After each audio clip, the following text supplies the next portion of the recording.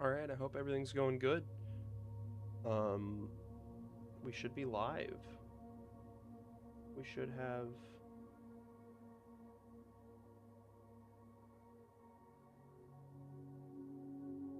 Refresh to see if it's up now. Yeah, there he is. 4 whole followers? That's crazy.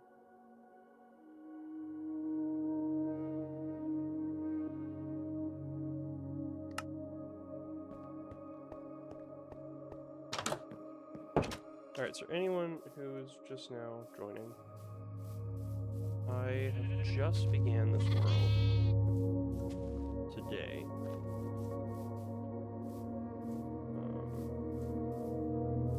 Let's see. I'll wait for someone to turn up. It'll show me viewer numbers pretty soon. Should have a bunch of wheat, yeah.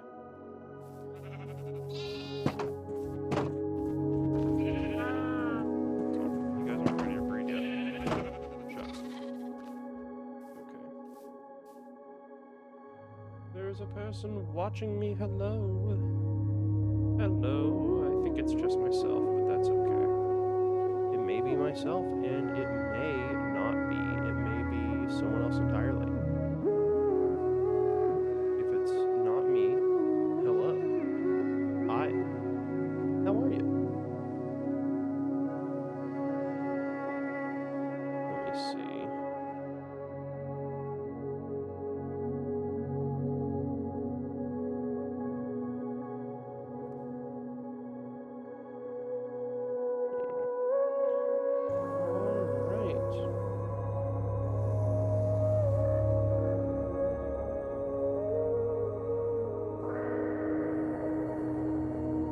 So,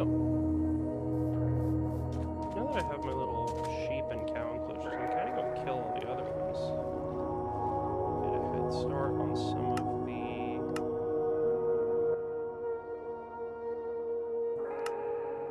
Let's turn friendly mobs off. Because I don't think I want to listen to... I don't think I'm up for that. I don't think I want to listen to that while I am, you know, when the farm gets intense. Okay, hold on. So there's a few ways that this can be improved drastically. The biggest one I can think of is walkways in between the sugarcane, which I can do by getting a bunch of stone, smelting it down into... Well, I gotta do that on this as well. But basically getting a bunch of stone and covering up the walkways with half slabs. And that lets me walk between the wheat or the sugarcane and cut it all down, and then it doesn't fall into the water, which is always really nice. I think I've got enough cobble now to smelt some down. I think I only need, you know, I'm gonna do a stack per. There we go. Oh, is this that same coal vein? I think it is. Now that I'm smelting all of that... Oh, yeah, wow. Okay, I stopped at the perfect time. If I'd gone any further, I would have been sticking straight out into the open. So, grab that, and then mine away all this coal. And... copper. I will so take that. Copper early game assault. Ooh, someone has tuned in. Hello. Right now, I just started this Minecraft world. I built myself a little underground base, and I am currently... okay, didn't want that, but I'll have enough cobble soon, or not cobble, smooth stone soon to fix that. In the meantime, we're just gonna do that. Bam, bam, bam, bam. But right now, I'm working on my little forever base. Or, no, my little forever world. This is the first base I've made. So, I started this world about an hour and a half ago. I was streaming just a hour or two ago, but I wanted to hop off to take a little break. I thought this was aesthetically pleasing. I don't think that torch is just temporary to kind of outline this, because I didn't want to build a bucket. I am cheap. But I don't think I like the torches there, but I'm not sure what lighting source I would like to replace them with. I'm kind of torn between, like, I think it may be something design-wise wrong with the actual framing there more than it is with the lighting source. Because I think if I was to frame it like that and keep it, I think I'd need the lighting sources a little further out than on the little, you know, 3x3 area where everything's cut out, or however big it is. We'll look at it in just a second.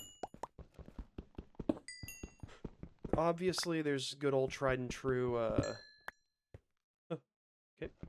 Good old tried and true glowstone in the floor. But given that I do not have any glowstone whatsoever, that's kind of not an option currently.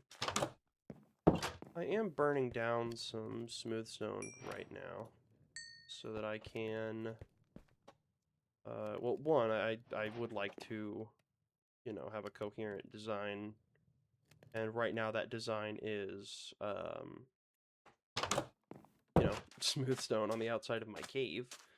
So smooth stone's obviously good for that, but I also am going to use it to cover up my sugarcane farm, or cover up the water with slabs on my sugarcane farm right over there. It's a neat trick I found out about a long time ago. It's a, you know, neat trick. I am not terribly versed in Minecraft. I've played a ton of it, but it was when I was little. But here, let's see if I can. I don't really like that. Nope. I'm looking for the... Ooh, I need that stone cutter. Yeah. Place that in this little crafting room. I wanted these. It's these. Yeah, that's what I was looking for. Let's use a ball of stone right now. Yeah, give me a stack of these. Totally lost my train of thought there. But anyways, welcome. Hello. Very happy you decided to tune in. Whether or not you are one of my friends who... Let's see, if I place it there, is it... Oh, that's even better than I thought. Okay. So apparently this maintains the water. I normally place them like a half slab raised out of the ground, you know? But that is so much nicer. Like, just inlaid. That's awesome. Yeah, whether or not you're my buddy Larry or my girlfriend who just tuned in, welcome. Or I'm sorry.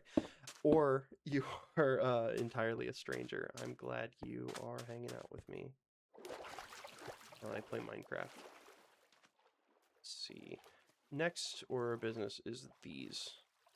I like this because it prevents all the stuff from falling in the water. That's always my least favorite, you know, part of this whole farming deal, is the harvesting is a pain in my ass, and I don't really like doing it. And I'm not quite to the level of, like, don't like doing it, so I'm gonna build a whole, like, villager farm system so that the farmers harvest it and then throw it somewhere, and, you know, like all that stuff that's beyond me. I could do it.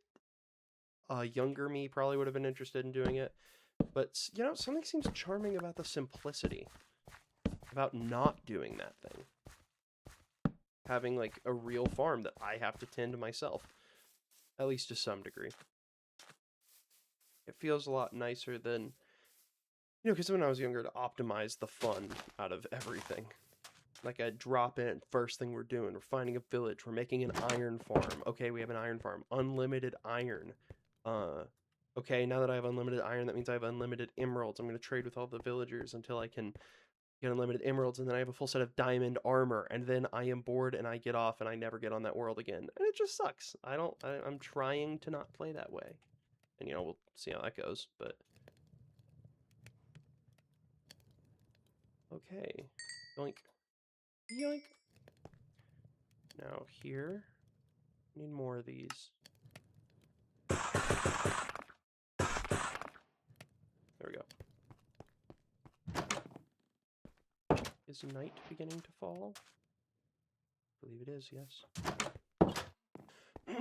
I was thinking a pretty simple design of just ringing all of my stuff with stone bricks. Because I like them, and that is a level up in design from what I usually rock, which primarily is no design. End of sentence. I'll probably end up replacing my animal's pin with... I don't know, I may like the wooden fence look there.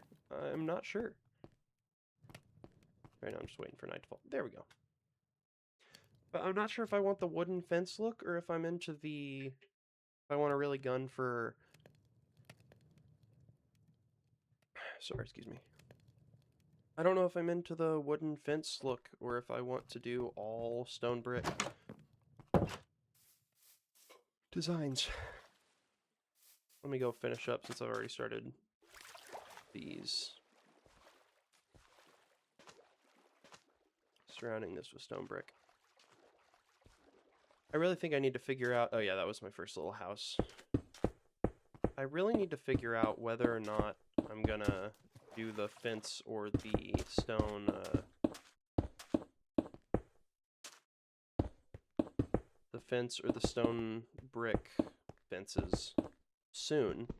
Because if I don't, I'm gonna have too many animals. And then... if I try to replace any of that fence, it's going to be a nightmare. So... I think I ought to do it. Try it something new. Actually, I will surround this farm with stone bricks. And once I've done that, that'll let me know whether or not I like the look, and let me know if I should make a lot more of my stuff designed that way. Okay. Grab all the coal out. 9, 9, 10, 10. Grab all of the cobble I have, because I'll get more. Stack, stack. 45. Yeah. That'll get me enough smooth stone to take care of a lot of my projects for, or at least get a good head start on the projects I'm currently working on.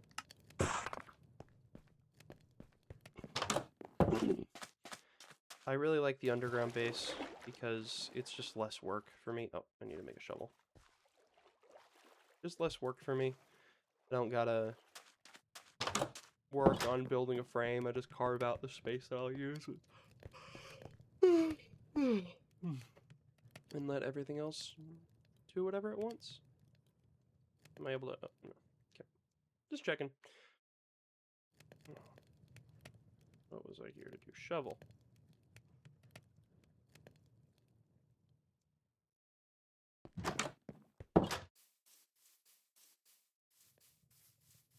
Finish this over here.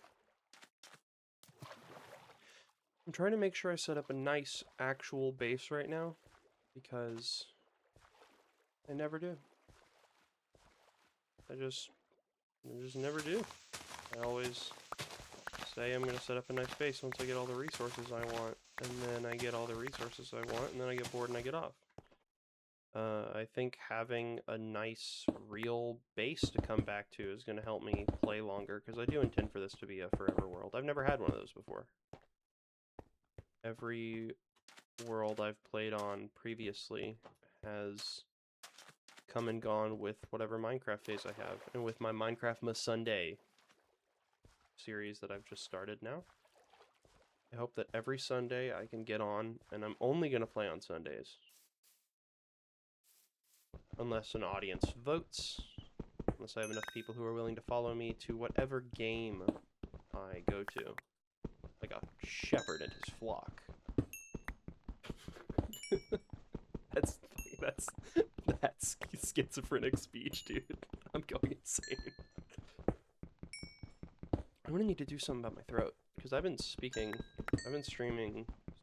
like, I've probably streamed, I'm on my 5th hour now today. And of course right now I'm just real giddy and excited about it. My usage will go down as my excitement for it goes down and my discipline for it goes up. So let's see. Red. Cow. And the sheepies. Sheep. Oh, there's 2 of you over here. Nice. Where you guys go? Make me babies and XP. Good. This is a really great spawn. Because not only do I have desert for like glass and stuff, kind of a beach desert area, I also have acacia biome, which I personally like. There's a forest biome right over there. Out that way there's a jungle. I think there's an ocean right out that way. Something significant out there that I just totally forgot. But yeah, it's going good. It's a very good spawn. I am looking forward to attempting to solve the problems of having a forever world, like having to commit to a forever world, be solved by just playing and enjoying, and I'm really liking this world. Recently I started to play through with some of my friends, and I had fun with my friends, but the seed that we were on was just abysmal. So it makes me happy that this world I've got going right here is so awesome.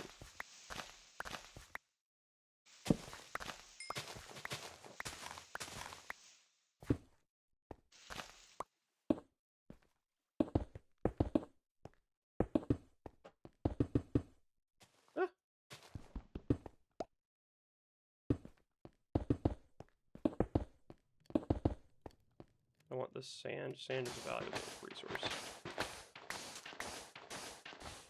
Because the less I have to cannibalize that desert over there for the sand that I want, the better. I don't want to do that because it looks pretty, and I don't know if I'm going to want to do something with it in the future.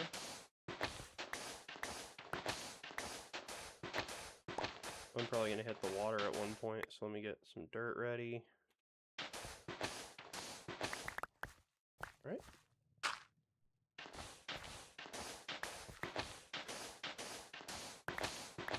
I don't want to cannibalize that desert just yet. I don't know if I want it to be a project in consumption, where I just destroy the entire thing for all of its resources, or if I would like it to be a project in construction, where I make something pretty out of it.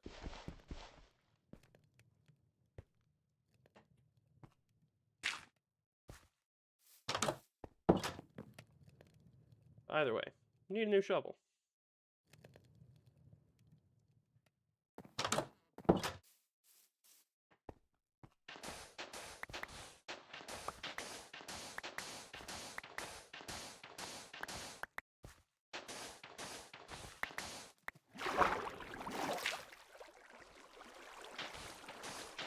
I have found the outside world. I'm scared of it.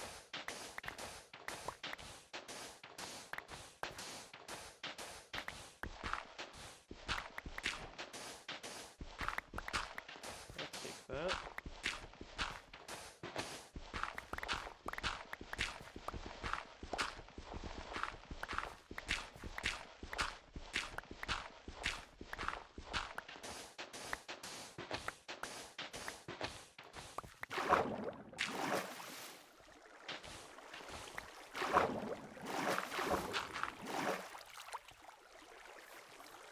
And then I think down here, I'll just place a few torches.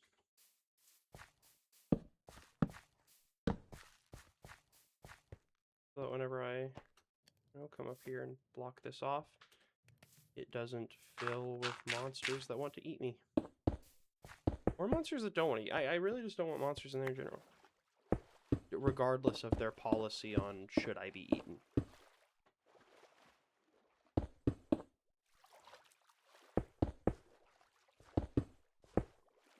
Probably use some of that sand to kind of cover up the bottoms of this, make it look like a supported foundation, as opposed to just a little aesthetic ring I got going on.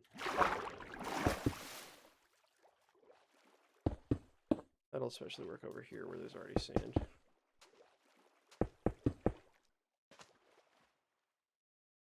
Well, I'll want a stack for that.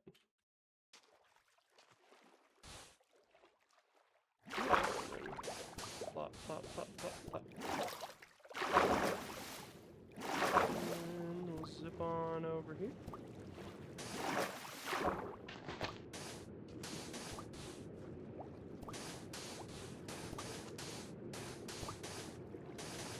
Place that down.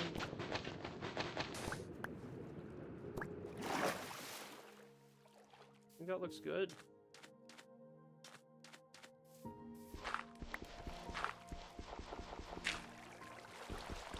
Oh crap, that goes into the room with all the torches in it, doesn't it?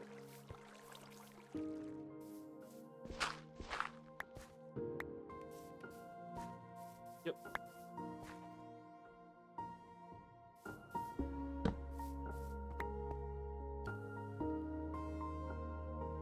It's okay, as long as there are no more construction mishaps, we'll be good.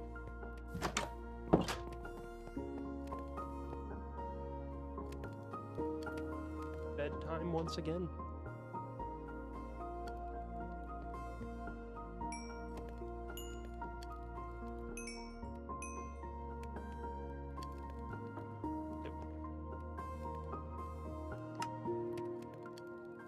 I'll hold on to this actually.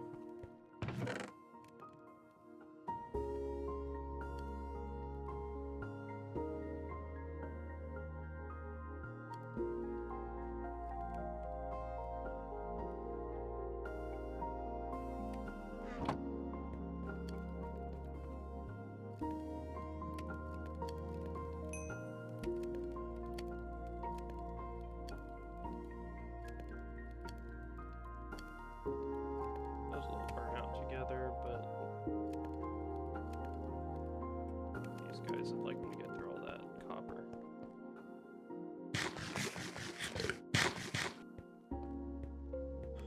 Okay.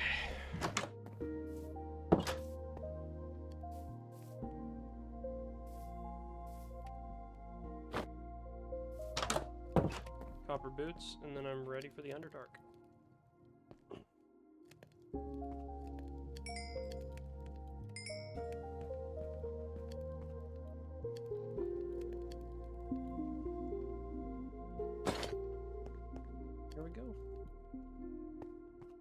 Let's see. How do I want to do this?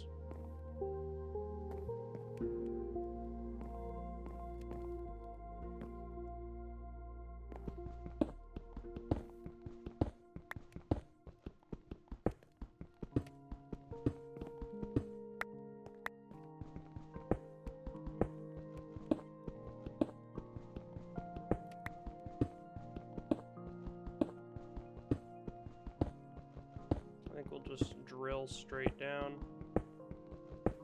and make sure to leave the headroom to put stone stairs on it so we can zip up and down as quickly as we can, or as quickly as we want.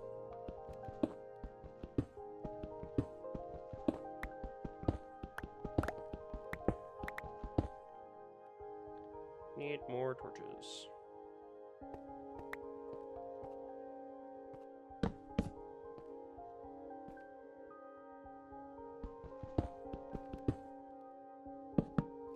So that's what? Torch, 1, 2, 3, torch. Okay.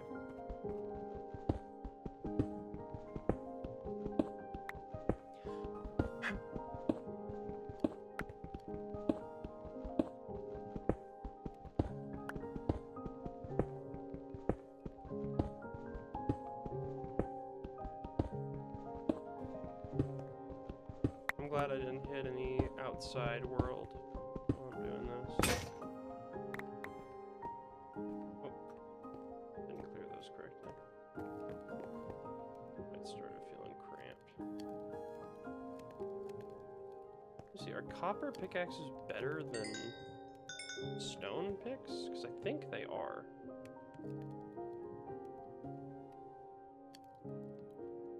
I don't know much about copper. All I know is that it is a little different, a little weird, a little strange.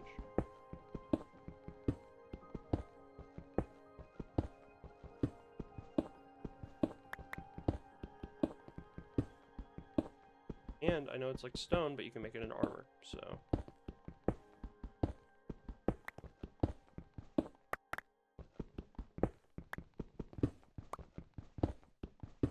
And it can mine itself, which is nice.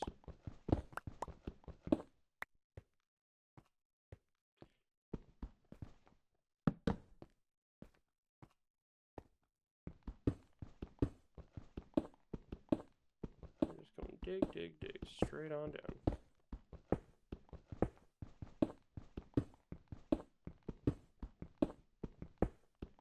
They're not straight down. We're at an angle. I don't think there's any type of deep ocean or anything close enough to interfere with me here, so I'm going to keep doing this till we hit a cave system.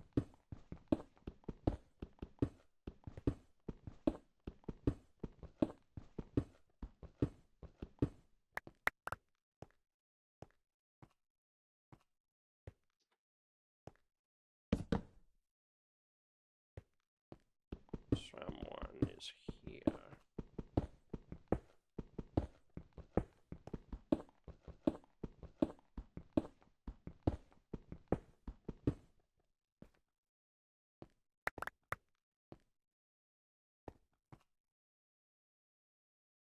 Get all this out of the way.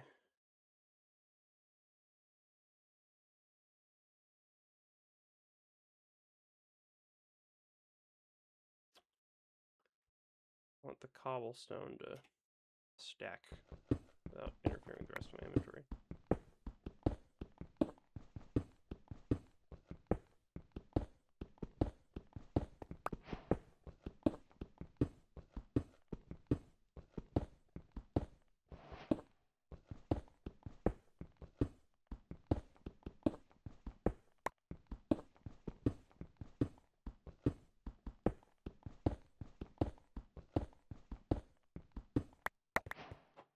My energy is taking a nosedive. I think I'm getting nervous because I was. No, I'll yap about it. It's an interesting enough story. I recently bought a car because my old one, it was this old. It was a 2009 Mercedes C300. Girlfriend sent me a snap. What is this? Oh my god. It's our two cats. Look at those little creatures. I love them so much. She's awesome too. I'm a big fan of all three of them. Believe it or not.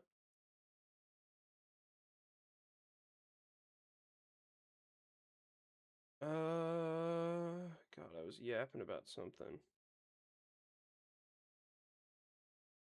Okay, that's just it's just someone's butt on my Snapchat. Not my girlfriend's either. Not interested. No, thank you. But I recently bought a car because I had this old 2009 Mercedes C300. My mom bought it for like 4K, fixed it for 7K, which, you know, since it's a Mercedes, that means she probably got like one button fixed on the upholstery, and it cost that because Mercedes are insanely expensive. So, anyways, I take the Mercedes into the shop, and the technicians say, "Hey man, I can't believe you were driving this. This thing is actually so dangerous, we're not even going to, like, test drive it." I'm like, oh. Shit. Okay. So, I I decide I am going to buy a car. You know, because we're getting rid of the Mercedes. So then I go on to Facebook Marketplace, and I'm being stupid because I would really like to get a car soon, and I'd really like to get a car that I like, despite the fact that the wise decision would be to get a car that'll get me through college, and then find the cars I like and collect them in my 40s when I've made my millions. So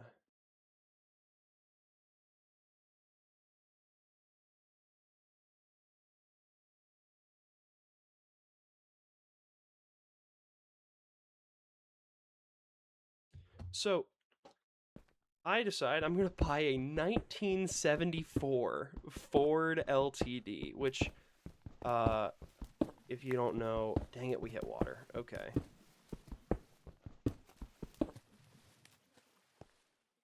If you don't know, 1974 was a while back. Oh, this goes deep. Of course, just an underwater.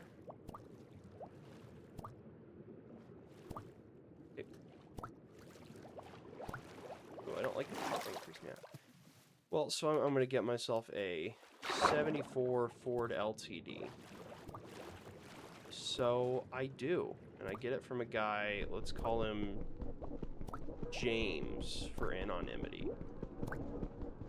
Well, James tells me the car is in amazing condition. The car is so cool, and that I'm really getting a steal on this car. That it's part of his collection he's trying to sell off. And that, you know, he's an older guy and he just wants to, give the car to someone who will take care of it. I got played like a fiddle. I got played like a fiddle. This guy's a car flipper, so he flips cars. And what that means is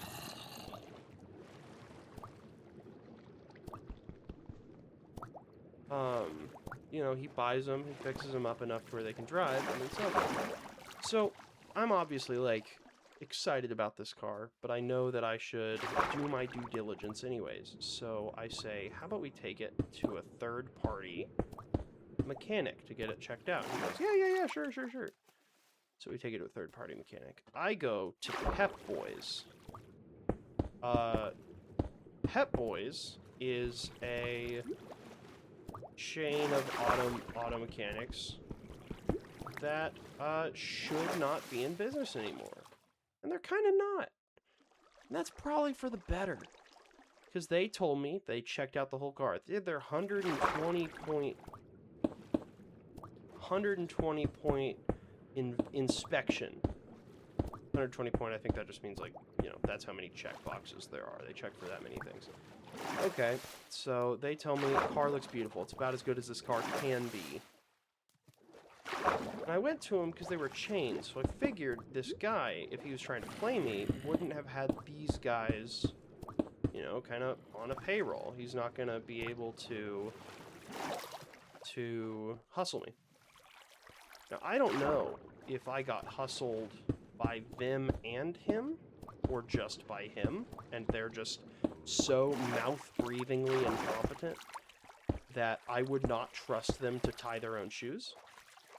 But, long story short, I get the car, and everything is broken. I mean, the AC, which he told me, yeah, you just gotta pump the coolant down a little. I kind of went a little crazy on the coolant, so it's a little overfilled. Well, no, he actually exploded the entire compressor.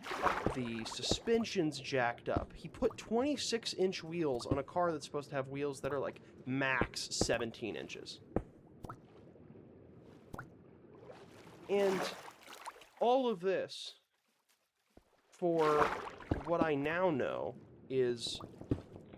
would have been a fair to high price for this car if it was in the condition that he said it was in. Unfortunately, ladies and gentlemen of the jury, it was not in the condition he said it was in. So, anyways, so I get this car.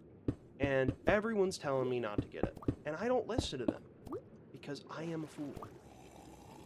And not the funny clown kind. I mean, they may overlap. But I was a dummy. I let my heart think for me instead of using my brain. The thing that separates man from beast. Consider me a beast, because I totally did not use me brain. I went ahead and I got the car, and now it is a piece of junk sitting in the driveway because the entire engine needs to be rebuilt. Because low oil pressure, the bearings are all screwed up inside of it. So that's $5 grand. Then you also have all of the other repairs. If we were to fix it, that'd be another 10 grand. And then, you know, I got the car for 6.8K. Which, again, if the car was fully restored like the guy said it was, because the interior is really nice. He did get the interior redone. Oh, yeah, craziest, like one of the craziest things was I get the car, I pay for it, I pull out of the lot with it, I get on the highway, and right before I get on the highway, the car, boom, and it just bumps out. It backfires and just stalls out. And I'm like, oh, crap. The guy tells me, oh, yeah, there's a small issue with the push rods and rocker arms on the engine. You just got to get those changed out. You can do it yourself. It's 1 or 2 hours. It's easy work. Oh, shit, okay, I'm already in for a penny, in for a pound. So, it was not a rocker arm issue. It was the entire carburetor needed to be replaced. Because the carburetor he put on it, he got from Temu. So, anyways, I had a horrific experience, and it was due to a multitude of factors. I say the biggest factor is my poor decision making and jumping to get a car and get a car that I like. Oh yeah, and it gets like 12 miles per gallon too. It's terrible. But I love that car so much. But I think the biggest problem was that I allowed myself to be fooled and made a bad decision. But I'm still pretty miffed at the guy who sold me this piece of junk. Because he lied to me. And I am furious at Pep Boys. Because I expected this guy. You know, there was a cynical part of me that was like, he's gonna try to hustle you. So I tried to do my due diligence by taking it to a professional auto shop. And do you know what they did?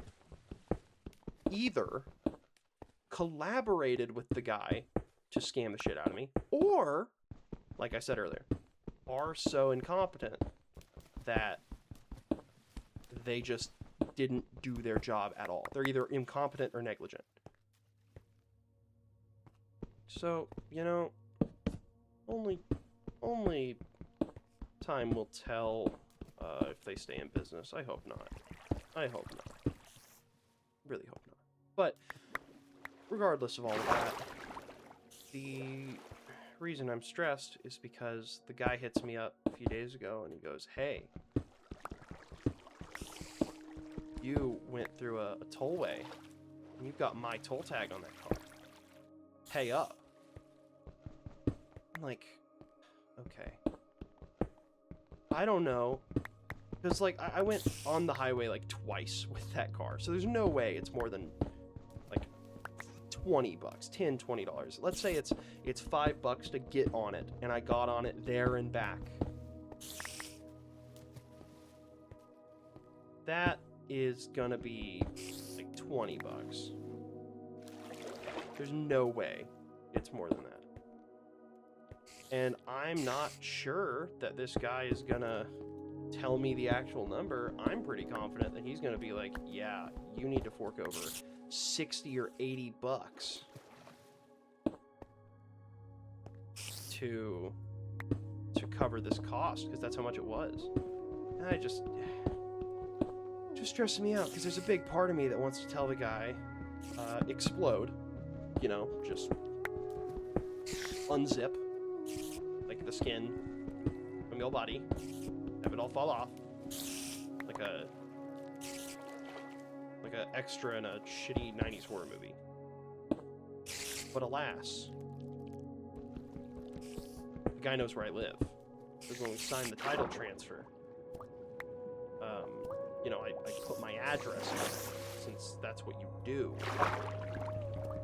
when you transfer a title. You transfer the title. So I don't want this guy showing up to my house telling me what for. Especially because I live in Texas, and while I am a firearm, that does not mean I am immune to bullets. You know, and that scares me a little. That doesn't make me feel good. So, that guy's gonna tell me a number, and I'm probably just gonna send him the money, because the satisfaction I would get from telling this guy to kick rocks and pound sand is not worth the stress. Dude, get out of here. Another bot telling me to go to streamboo.com. Evil. Dishonest and evil.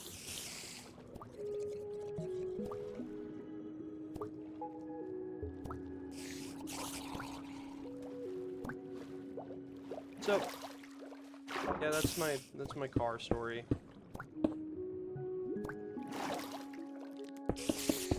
I mean, really, it boils down to foolish college kid does foolish college kid activity. So, I am aware that it's not the end of the world. I'm gonna sell the car for probably $2-3 grand. I'm very fortunate that I have financial support from my parents. This one's coming from my father. So I'm gonna see how much I can recoup him on his loss, and we're just gonna start from step one. Square one, trying to find me a car. It's a shame. If any of you would like to buy a 1974 Ford LTD, please. No, I would not. I'm not selling this as anything other than a junk car. I refuse to be like the guy who sold this to me. Because when I called him back, and, you know, I mean, I knew he wasn't going to refund me, but I had to ask. I had to fight for it. And he had a guy on the phone willing to buy it from me for $1,000 less than he sold it to me for. Like, on the phone when I called him, knew what I was calling about, and was trying to get me to sell it for a cheaper price. Which, like, dude, you know, that speaks to something. But talking about it has improved the way that I feel, and I think I'm just gonna send him the money and be done with him.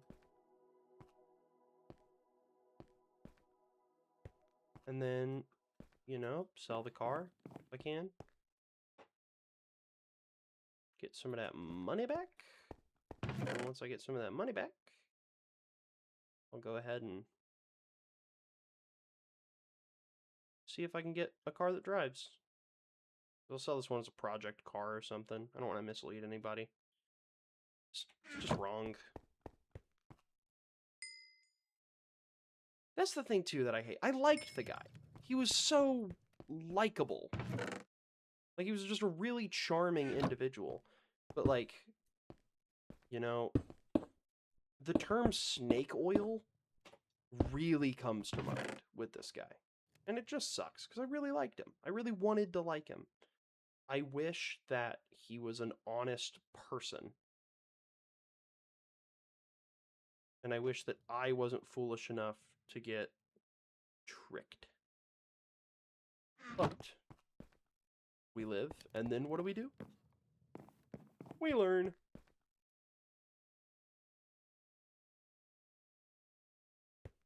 Or something of the sort. You know how it is. You know how it is.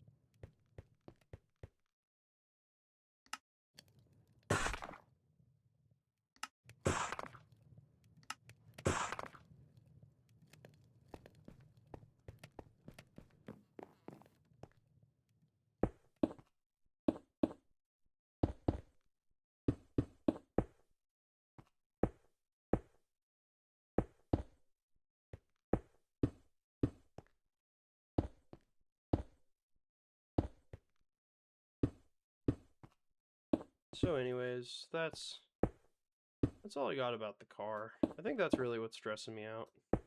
You know, like everything else. Oh my god, I passed a really difficult math class. Or no, I mean, you know, it's not difficult to other people, but I failed pre-cal in college 3 times. Failed algebra twice, and if I didn't make a B in the class, I would have lost my scholarship, and that would have sucked. That would have been awful. Fortunately, I'm the GOAT, and I made 104 on the final. So, I passed the class with a B. I kept my scholarship, and, you know, it's going to be smooth sailing from here.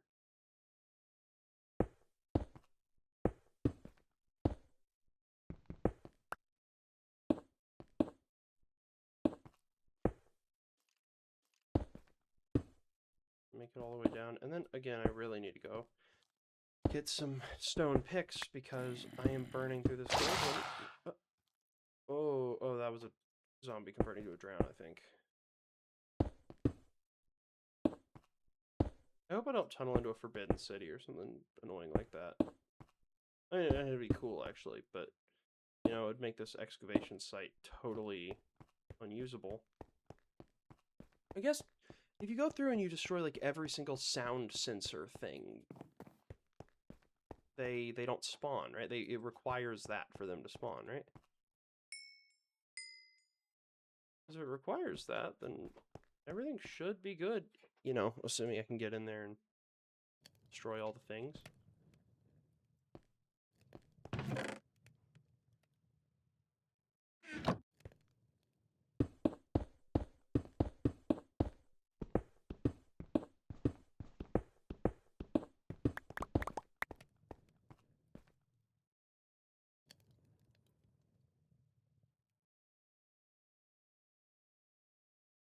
Bam.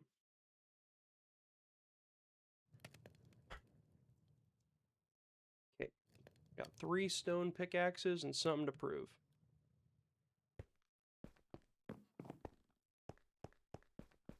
Yeah, putting these stairs in right now was a fantastic decision.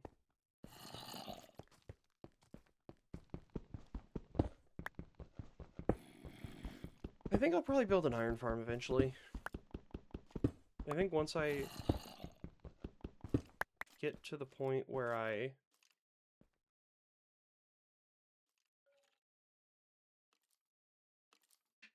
make sure you stay hydrated, by the way.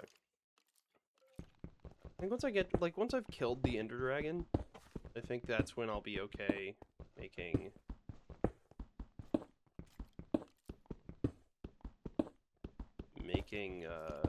like farms and stuff that are kind of game breaking. You know, they make it to where core components of the game are no longer usable or are no longer necessary. They change the way the game functions. So, and also, that's a commitment to me, or a commitment from me to beat the game, because I've never beaten Minecraft before. Ever. I never find my way going all the way to the end and killing the dragon. I always get right up to the point where I start throwing pearls or ender eyes. Or, what are they called? Eye of Ender. I get to that point and then I just stop.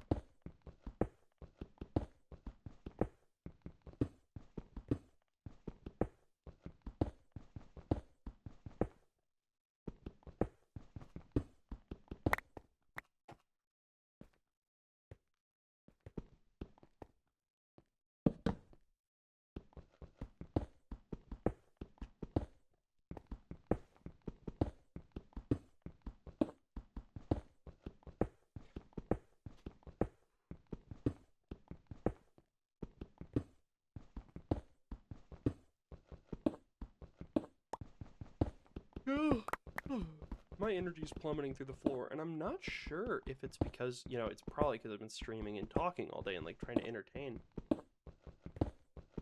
But I think it may also be the fact that my diet has been very gamer recently.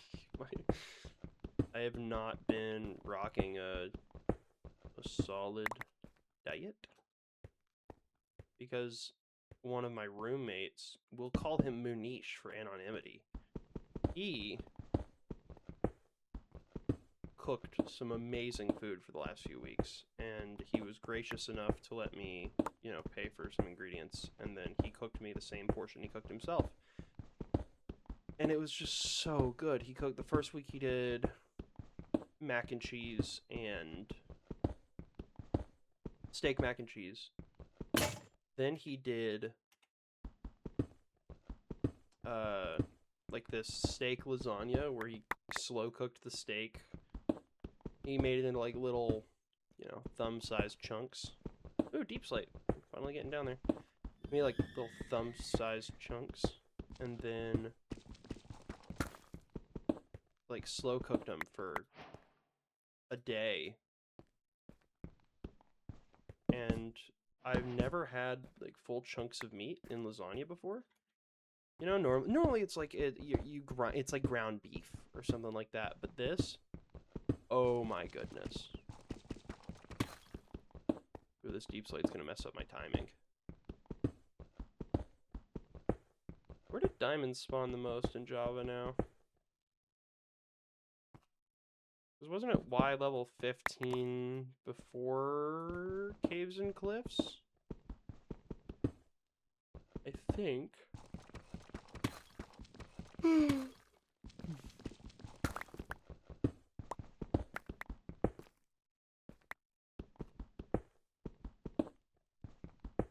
don't know. We're just going to keep digging, having a good time. Taking my way all the way down to bedrock, and then I'm going to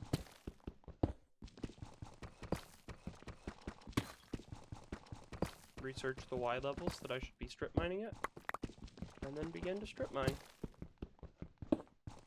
Very excited for that. Thrilling stuff, strip mining.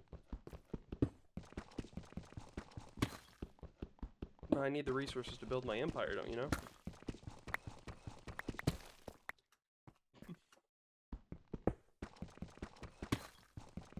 I think the one farm that doesn't bother me is like a monster farm. Because that one feels legit. I don't know, it vibes different.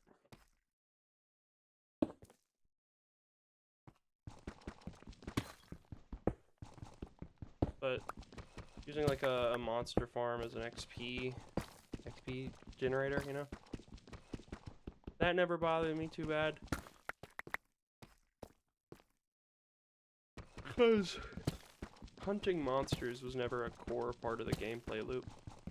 It just enables you to do more stuff, like more enchanting.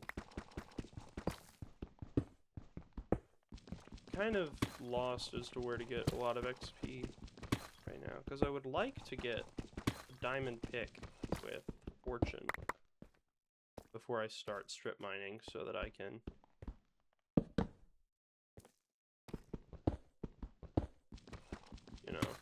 ensure prosperity for the nation, or whatever.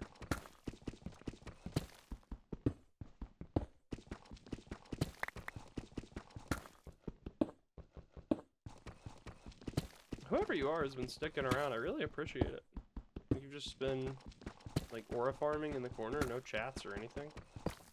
And I really appreciate you hanging out with me. It makes me feel like I'm actually talking to someone, you know?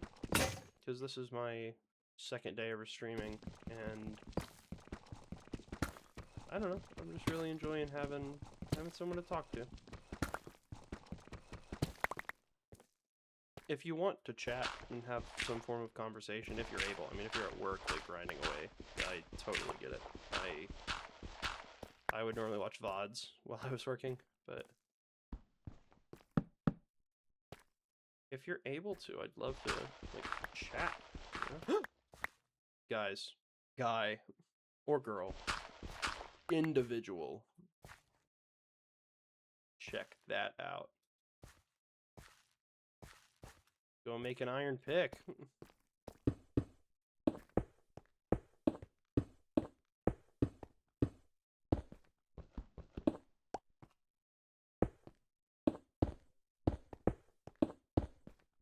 Bro.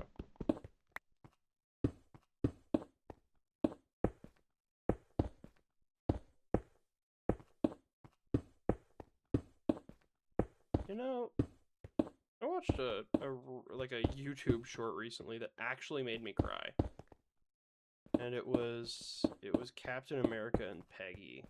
And it was just all of the relevant scenes with them two all in one row, and I just totally forgot that that's the ending he got at the end of Endgame, was getting to be with his love, and it actually just melted me. I don't know if gold can break. I don't know if gold can safely mine diamond, and I don't want to risk it, because we found a diamond.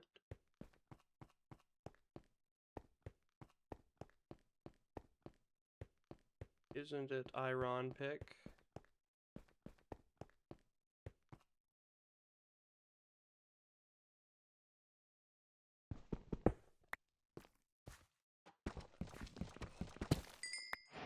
Oh my goodness.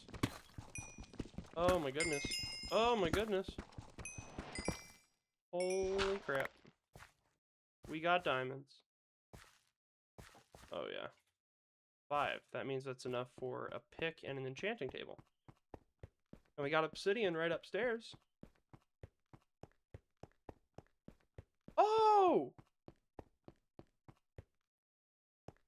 What is up, old Spidey fan 15? Hello, Larry. What game are you playing? Oh, it is nighttime.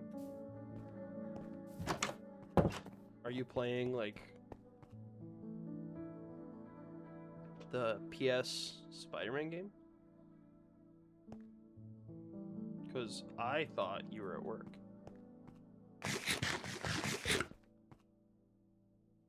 Or was that you sent me about, like, you watching while at work? Was that relevant only if I was streaming while you were at work?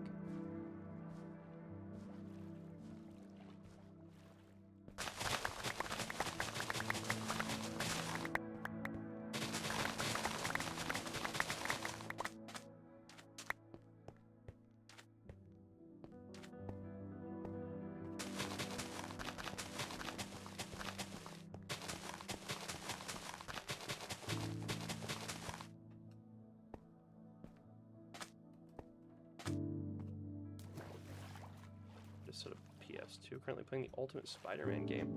I actually have no idea which Spider-Man game that is. Let me investigate real quick. Ultimate Spider-Man.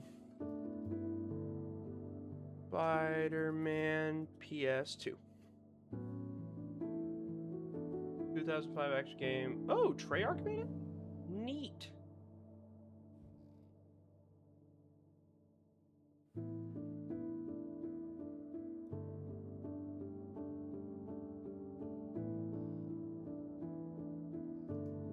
You know, that's weird. I clicked on images and it's just... Let me see. Ultimate Spider-Man PS2 gameplay.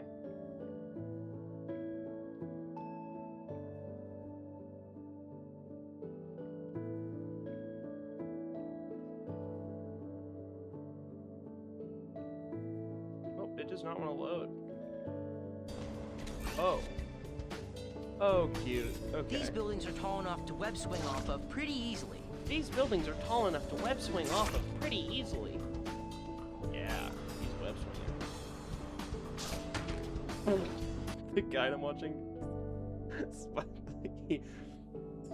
We can web swing off of him pretty easily. He immediately flung himself into a corner between two buildings and just destroyed his skull.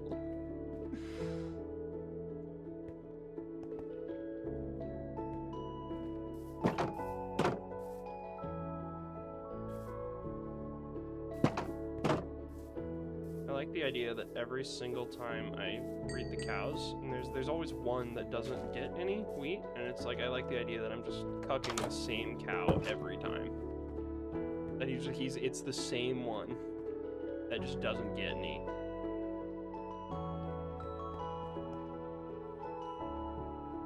Let's see.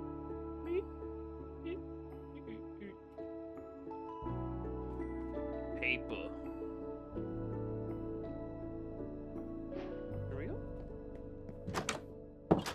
We can go and kill some cows. get enough leather.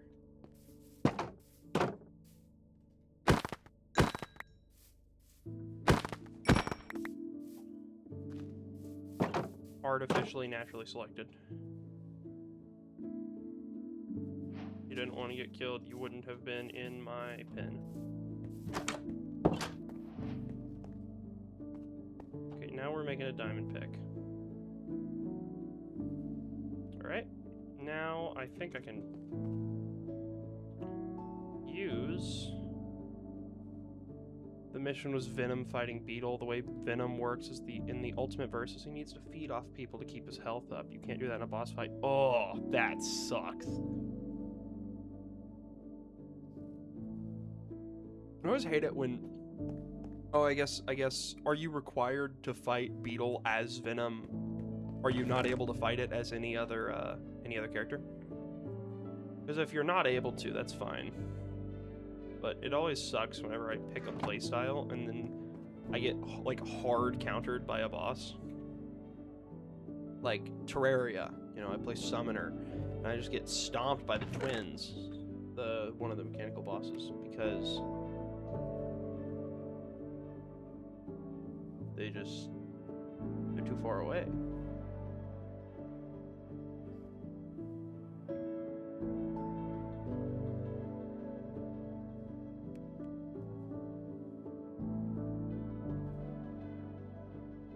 Fascinating stuff.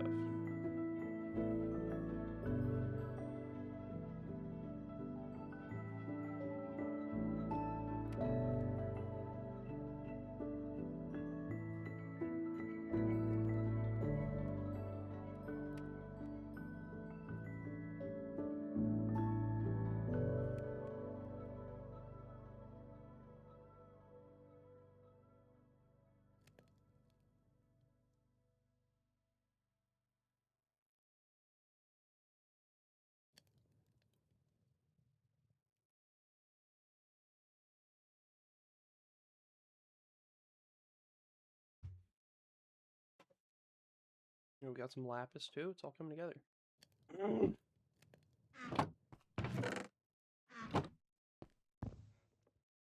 Oh yeah, it's all coming together. Or who nots and what have yous. Okay, this is the one. I'm gonna have the cobblestone in.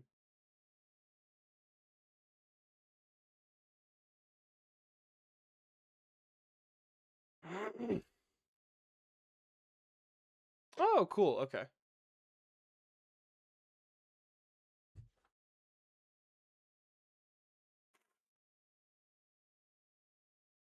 I like that. I like when anti-heroes are actually anti-heroes instead of just heroes who wear black and gray, you know? Like Eddie just eats people. Is it Eddie Brock? Like in Ultimate Spider-Man?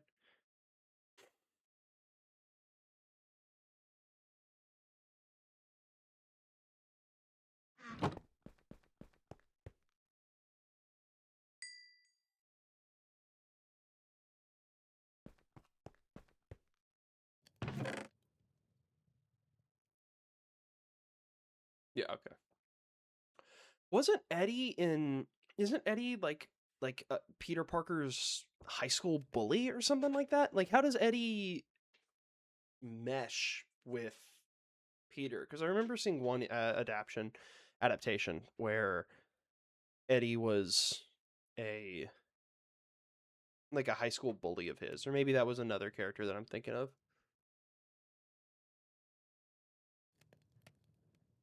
Or maybe Flash got venomed at one point.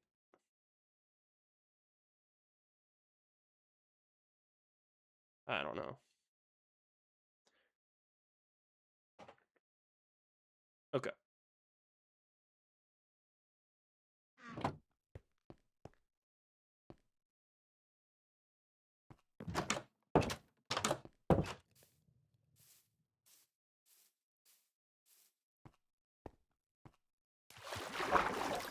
I think I need 4 obsidian for my purposes.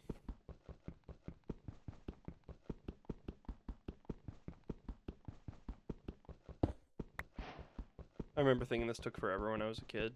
Like, I thought it was like a minute to break each one because I had no perception of time.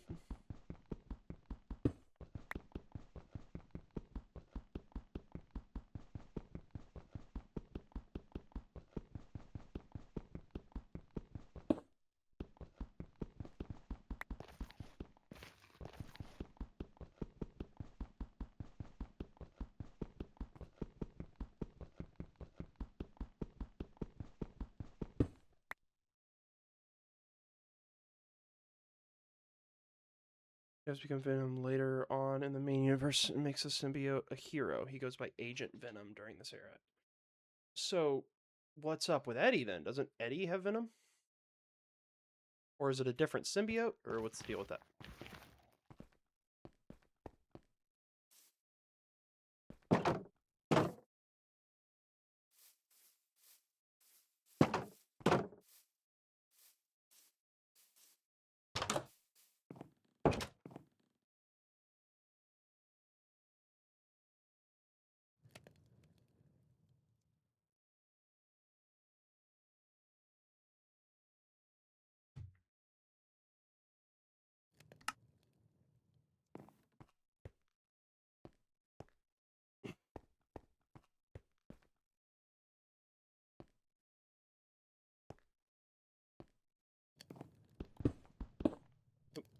Wrong pickaxe. Oh, wrong pickaxe.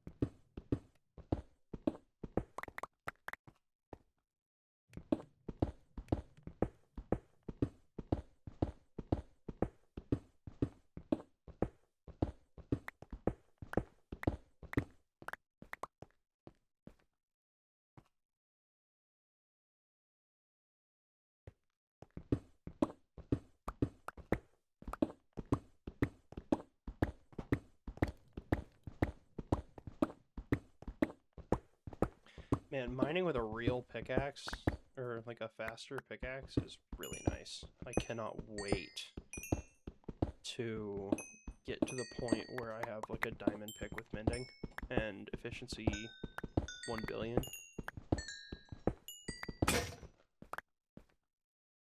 Obviously, since I've never beat the Ender Dragon, I've never naturally built and used a beacon, so I am looking forward to that experience as well. Eddie in the Ultimate verse is a childhood friend to Peter. Their fathers work on the suit, which is supposed to be a cure for cancer.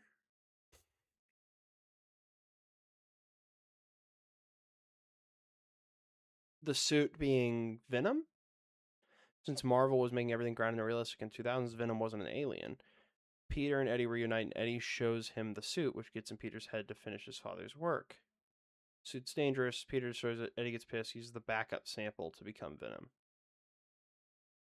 Oh, so Venom isn't actually the...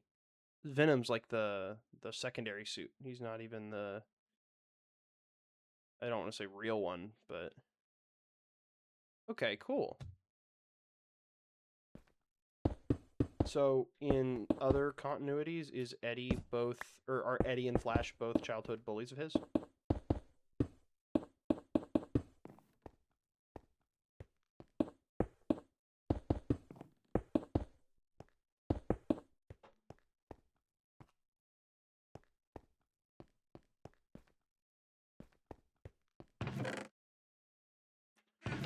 And I think I have to look at my inventory. Bam, bam. There we go. Don't remember it. There we go. Since the suit used Richard Parker's DNA as a basis, Eddie needs Peter to make the suit whole. Also, fun fact, in the Ultimate Verse, Venom isn't invisible to Peter's spidey sense. He instead drives it crazy, making Peter unable to fight. Cool.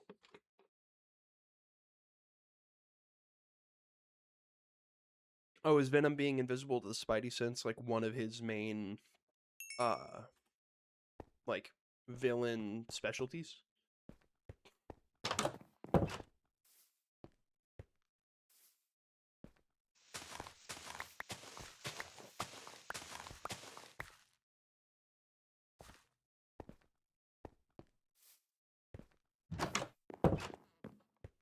Cool. I did not know that. That is rare that I don't know such basic ball knowledge like that. Normally I have like a middling understanding of, you know, a few things, but nope, need some books in here.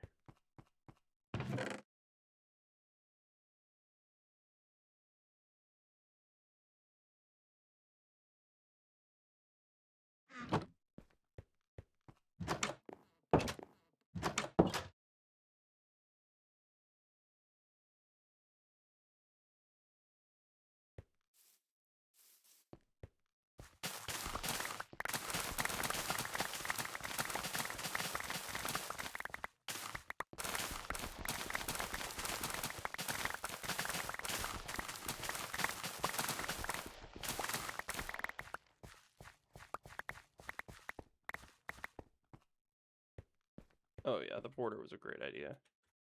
Oh, I can build like a bucket now since I have surplus iron. I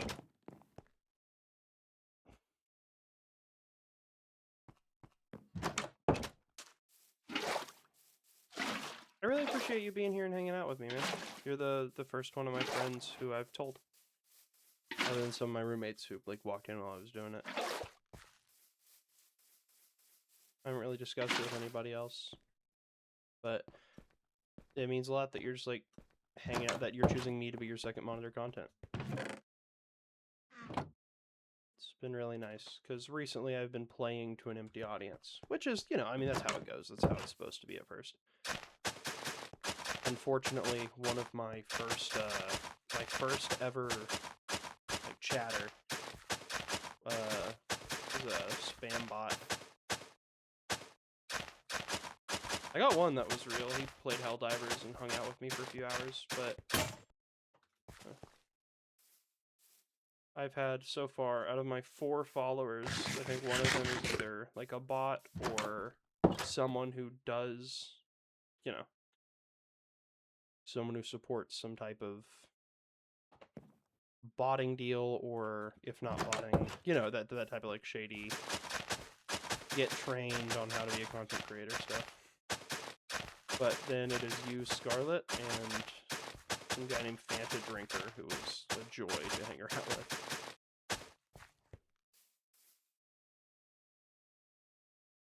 But yeah, it's really nice hanging out with you.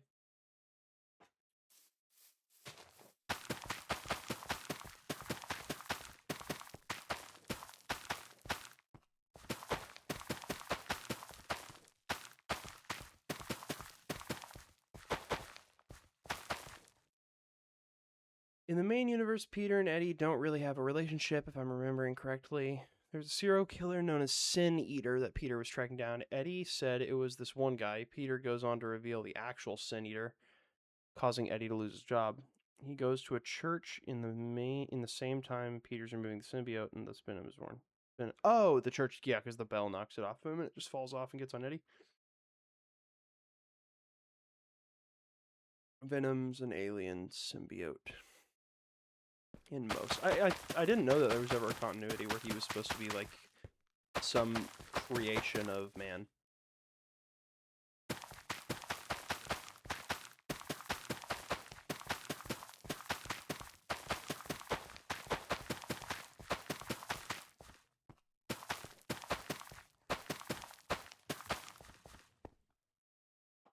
Ooh, I got slabs for this.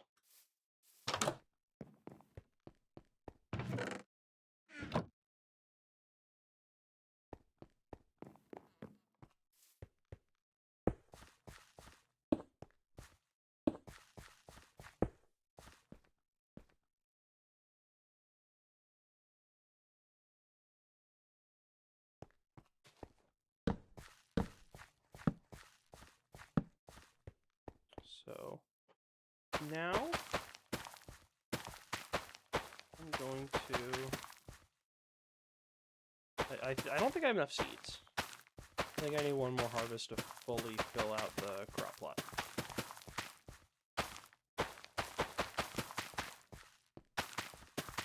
I want to make a compost bin just because I can.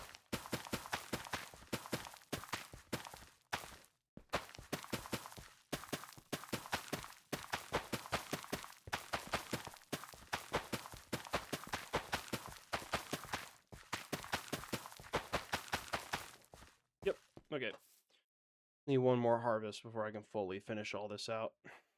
But luckily, I now have more wheat to breed my coos.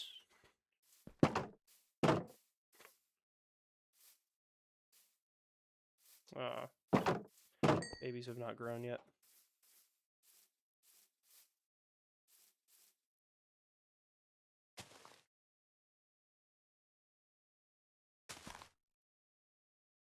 You know what?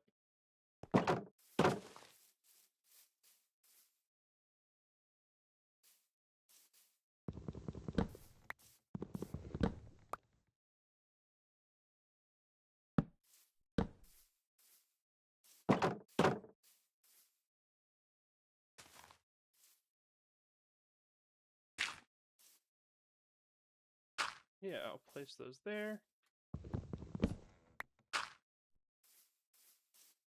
Come over here.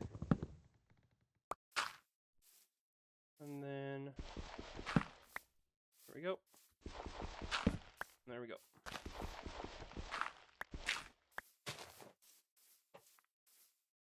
That means that, you know, I won't have to meander over my crops right there.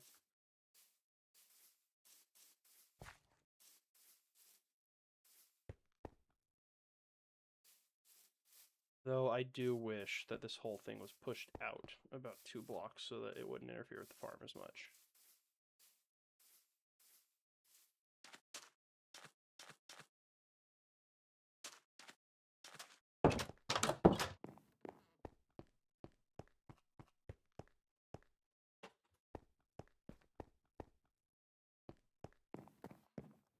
Time to keep digging. Not quite. Time to keep digging. You know, I like what Technoblade did, where he made a stack of crafting tables because he didn't want to go back and pick them up, so he would just hold on to 64 crafting tables, and then he didn't run out for most of the time he was streaming. I don't know if he ever... probably ran out at some point, but I never saw it.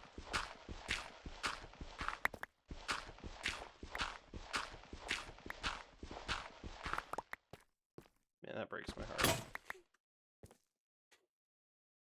I really liked his content.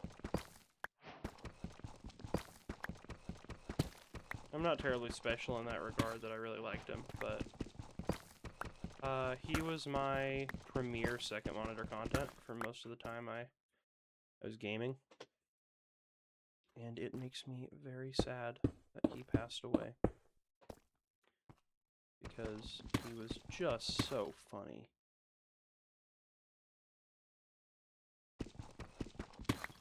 I don't know if you're ever a big Technoblade fan.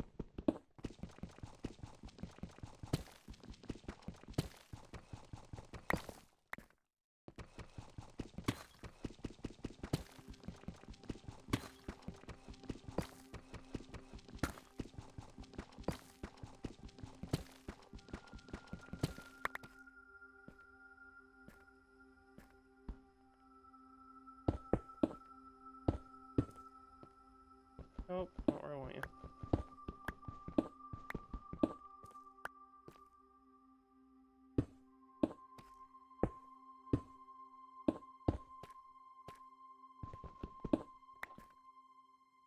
What do you think about the Sokovia Accords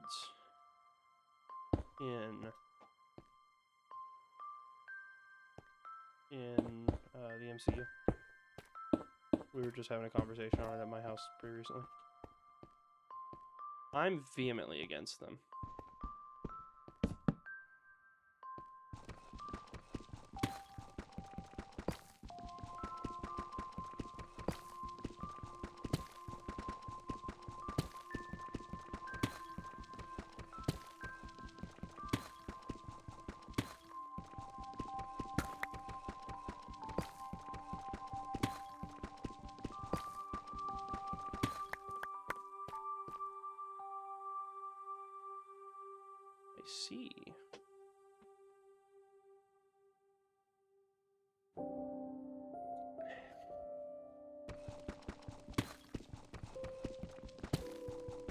It's like my opinion on the Sokovia Accords is that, you know, what would happen is very similar to what happened with Hydra trying to build the Hydra trying to build the, you know, big tracking data thing that could explode a bunch of people. They were building a Nazi surveillance state, which isn't cool. I'm not a big fan of Nazi surveillance states. So, like with the Sokovia Accords, putting that much power. Ooh, what do you mean, what's up with the comics? I don't know ball. Because I remember there was a comic where Spider-Man ended up killing people because Aunt May got killed by Deathstroke? Deadshot? Someone smoked Mary Jane. Not Aunt May. Someone smoked Mary Jane, and then Peter killed him, and then he went and he killed Kingpin, and then Iron Man was like, bro, you can't do that. Cold-blooded murder. After Kingpin was literally like, I'm gonna beat you to death with my bare hands, and you're gonna sit there and take it, because if you don't, I'm gonna blow your grandma's brains out. Or your aunt's brains out, you know. I'm on team not dead grandma, and you know, what's his face was very pro dead grandma. So Peter, I can't believe you would do that whole cold-blooded murder thing. And you know, I think there are very few instances that would be further from the description of cold-blooded murder than that. I am already tired of swimming across here, so I'm going to build a walkway over here soon.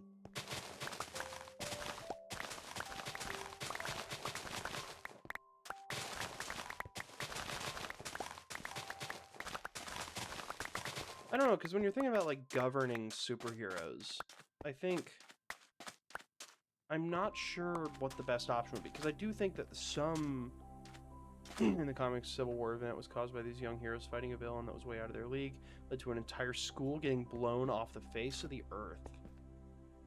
Yikes.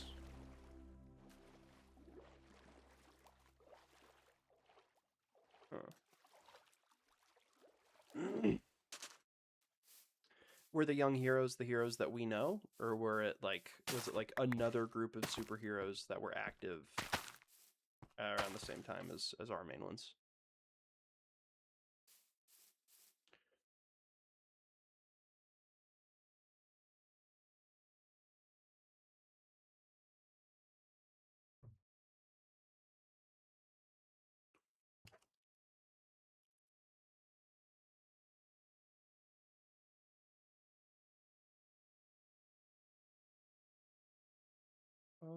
Okay.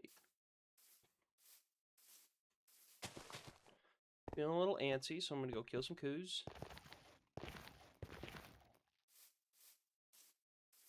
I'll kill all these over here. Since I have a nice little breeding stock now, I don't need these kept alive.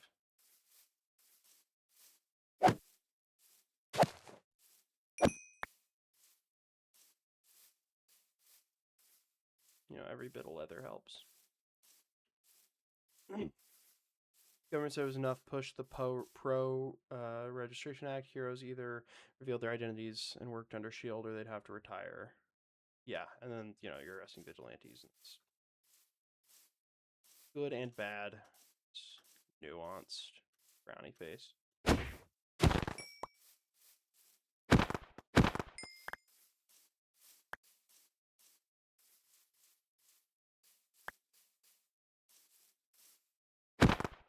I don't know. I felt pretty frustrated because, like, Starks, I understand that his character arc led where it did because he felt, like, guilty over... I think those young heroes existed in the comics for a good bit. I wouldn't know, TBH, since it was before me, and I know about the Spider-Man side of the event. Okay. I think the thing that frustrates me the most about it is I feel like Iron Man should have learned from his experiences not wanting to give his suits to the government and seeing what happens when a government gets their hands on technology of that power. Or with Ross trying to create the Hulk and then treating Banner as government property. I look at all that and it's like, why is Tony thinking that the primary, like the best thing to do would be to give up all autonomy to the people who've shown repeatedly they can't be trusted, who he doesn't trust?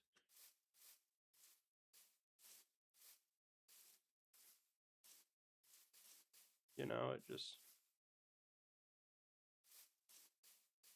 it always felt, I felt like I couldn't side with him because the decision was clearly just emotional. It was just him having a breakdown and not being okay. And it's like, yeah, you're allowed to do that, but whenever you go and you start trying to, you know, Sokovia Accord your colleagues, when what they were doing was so clearly heroism, and if they hadn't been there, the destruction would have been just worse. I mean, it's not like ooh, there are factors that would have been worse in a different way. It's like, no, Sokovia, yes, it got destroyed. What would have happened if there weren't heroes? You know? Or if the heroes were like under the government, what would you have changed? That's always what frustrated me, was what would you have changed about this event? What would have changed by adding government oversight? Because while I find myself leaning pretty far to the left, something that hasn't left me is distrust of the government. I don't like the government. So it's very hard for me to see. Well, but even MCU Tony, I think he reacted somewhat better, but his point was still the same, that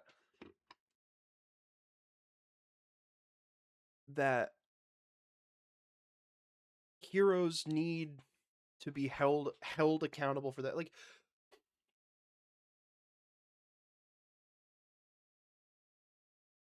I don't know, because then, like, if we talk about like cops in real life, I don't know how I feel about qualified immunity.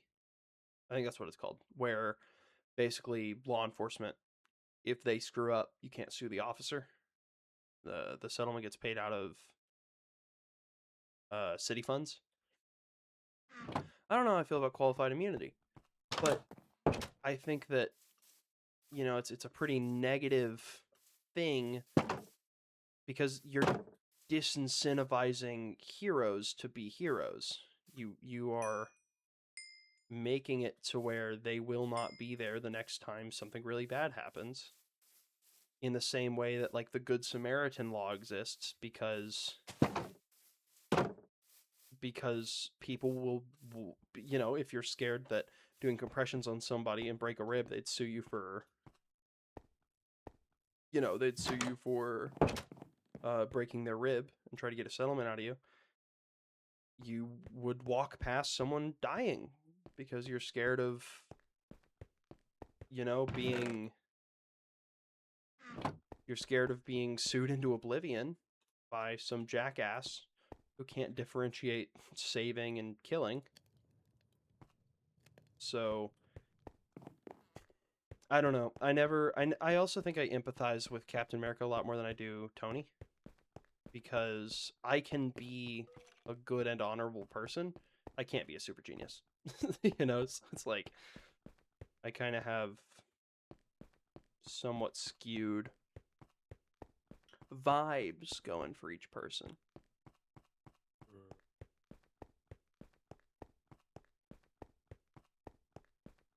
Like, I really like Tony.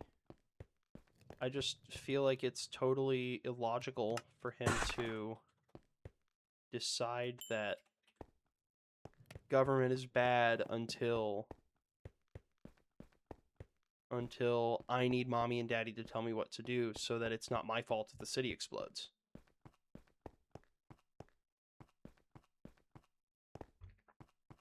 I don't know. I just don't care for it. And it made it somewhat less compelling for me because I don't think there was a world in which I agreed with the Sokovia Accords. I like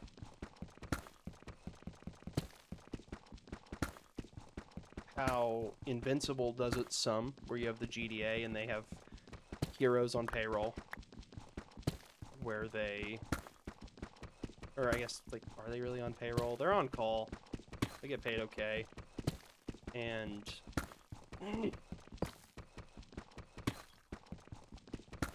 they pay heroes to be contractors for an organization to protect people. And they're on call when bad things are happening. So I'd much prefer that to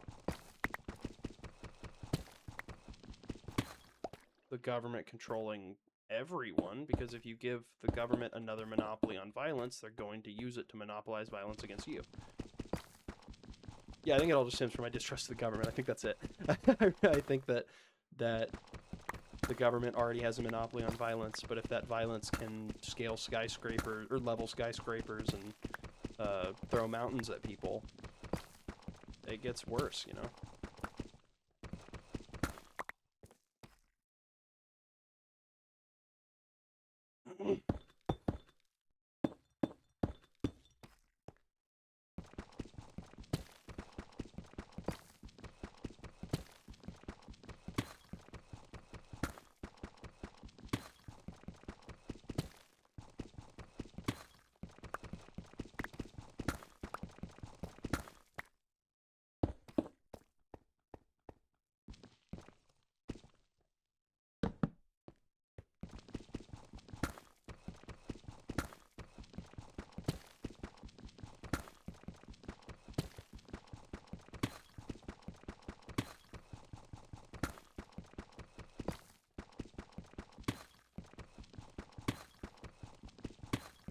Definitely a way to do the Registration Act better, but you know, conflict and all.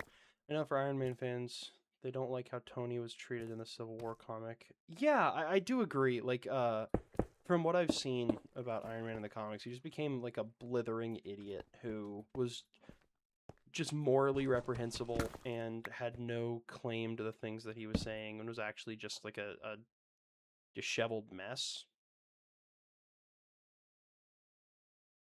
And I don't care for that. I think that Tony Stark should be respected more than that. So I can see how that would make people not like those comics.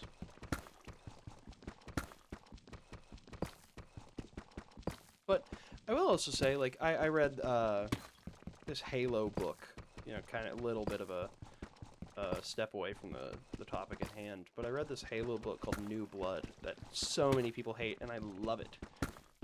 But the reason people hate it is because it features characters from a game that you play, Halo 3 ODST, and then one of them in Halo 5.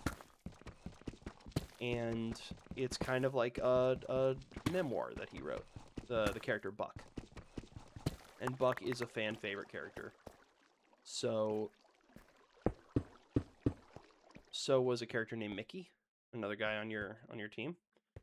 And New Blood ends with Mickey being a traitor and Buck either like arresting him or putting him down. I don't remember. But I loved the book.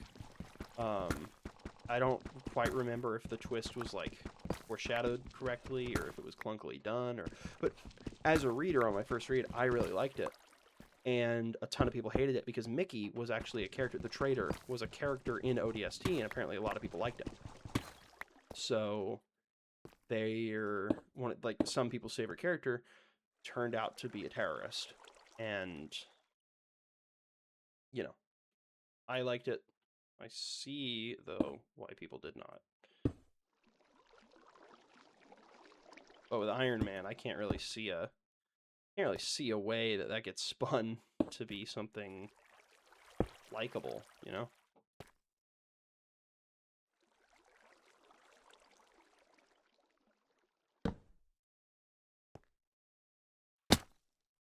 Ouchie.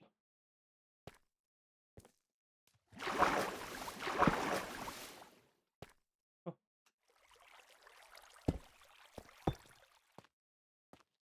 Any diamonds up here?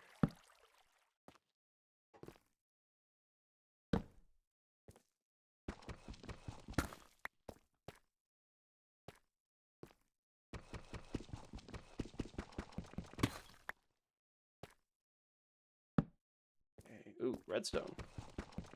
I will need you eventually.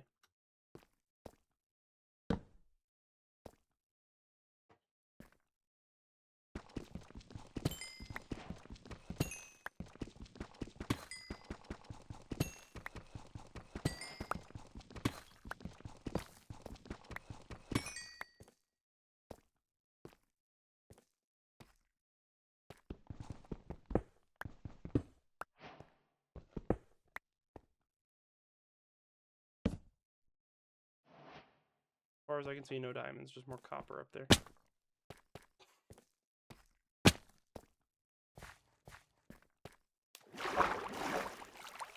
I'll squeeze all the way down here. See any new diamonds?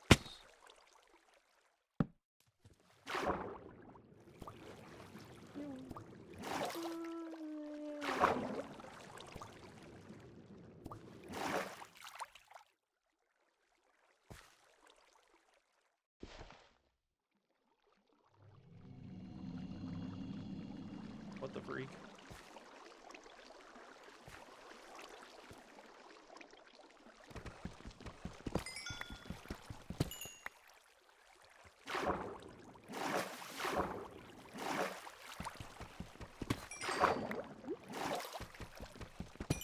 Oh yeah.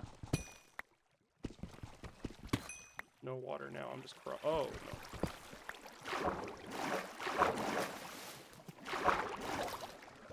Oh no.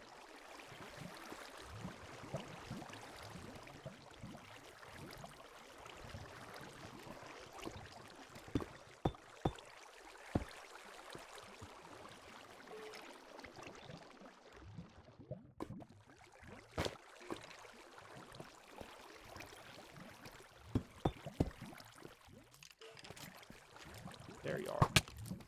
Oh, I'm shielded.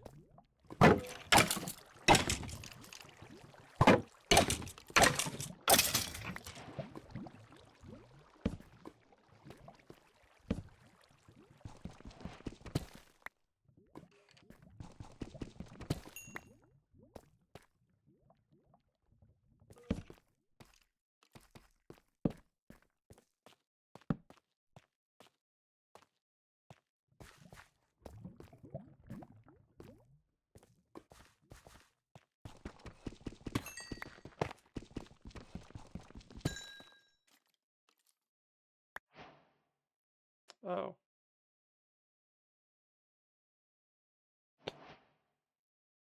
Whoops.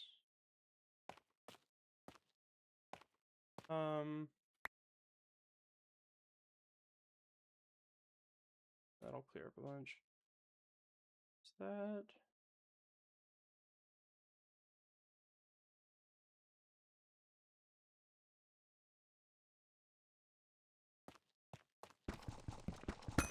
Okay, let's see. I accidentally almost sent you a warning. Like,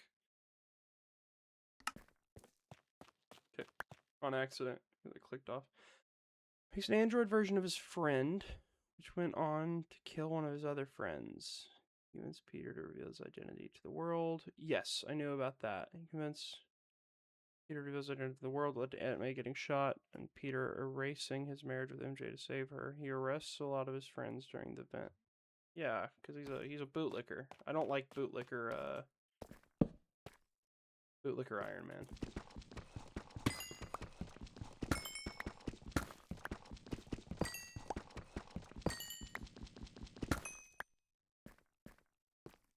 So much redstone here.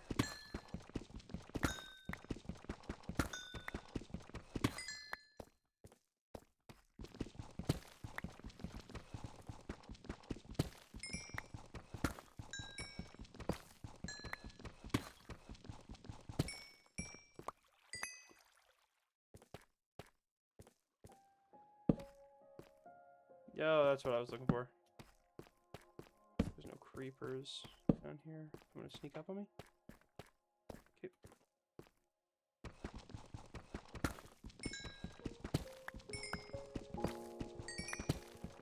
There we go. That's what we're looking for. Oh, yeah. It's all coming together. Iron, too. Here.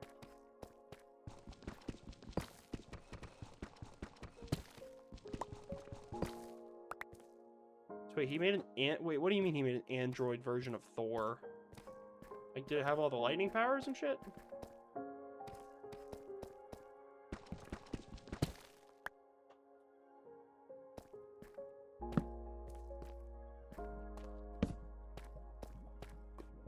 Or is it just like Thor, the lad, you know?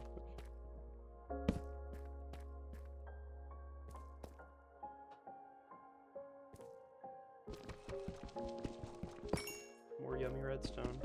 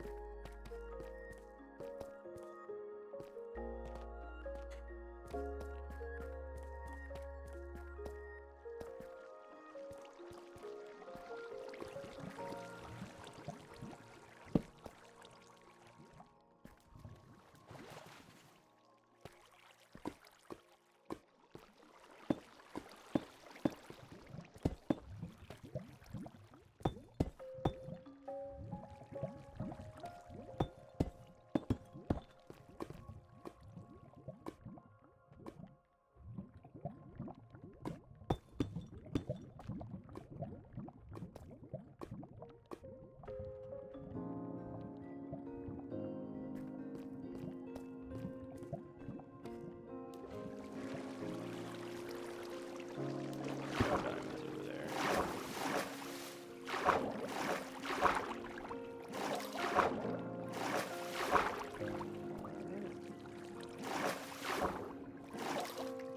Go.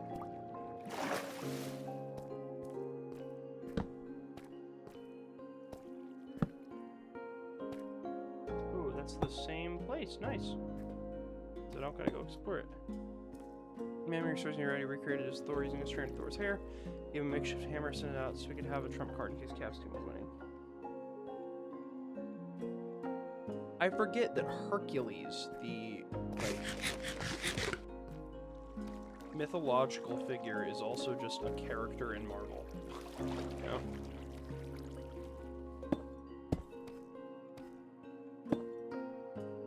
That is a little funny to me.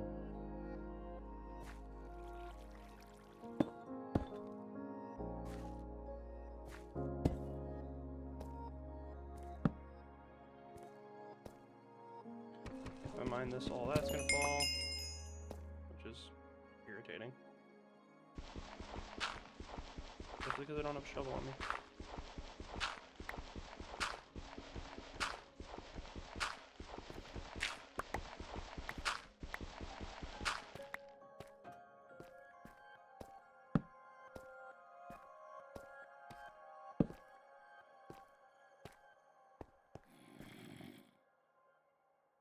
Whoa.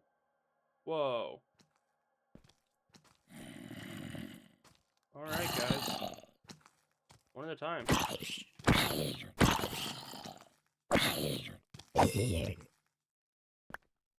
Look at that kind gentleman down there waiting his turn.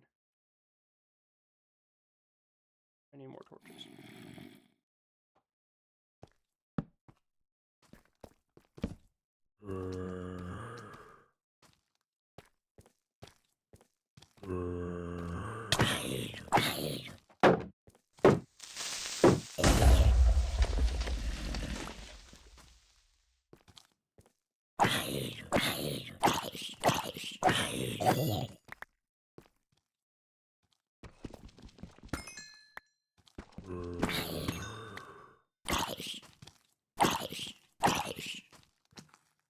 Away with you.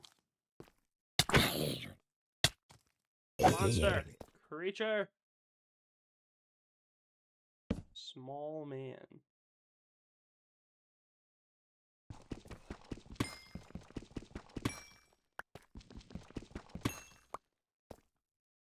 Secured more diamonds for the glory of Rome.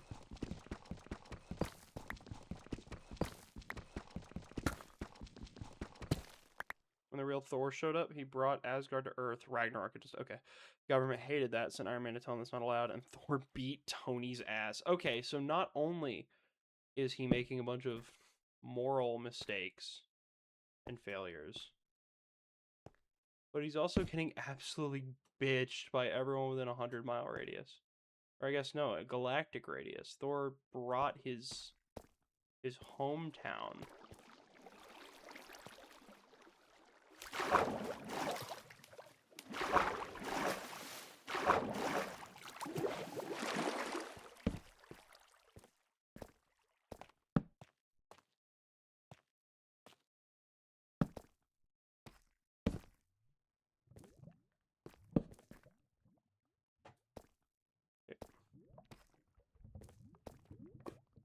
Lava, yeah, it's just lava.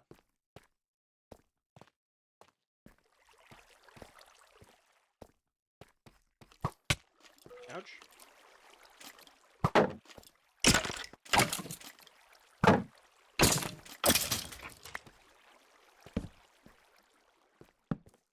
Okay, we're just looking for diamonds. I'll just go a little deeper. No more diamonds or a zombie? I think it's a zombie.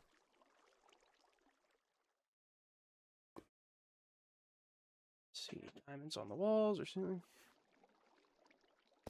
Yeah, it's a bad day to be an Iron Man fan then. That sucks.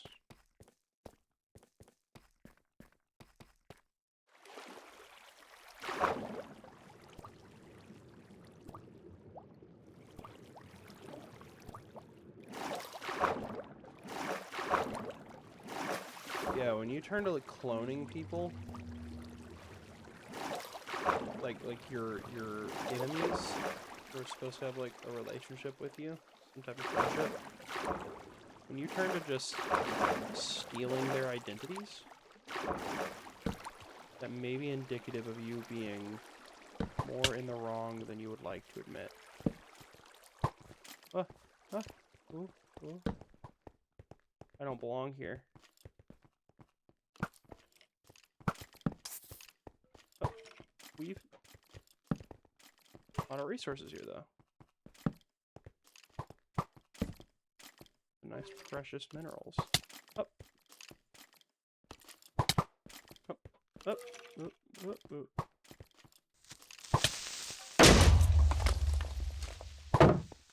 Ah.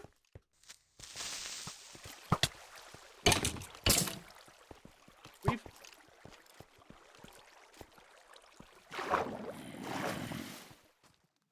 Ouch.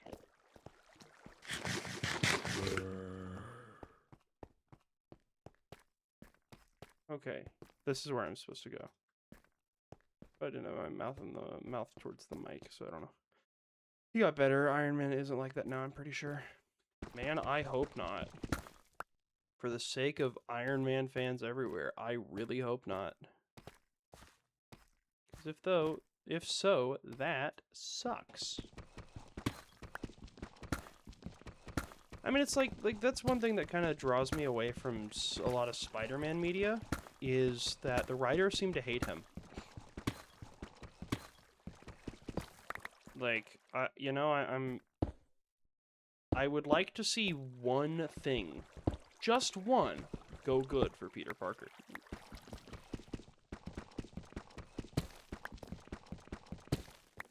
I don't like the theme of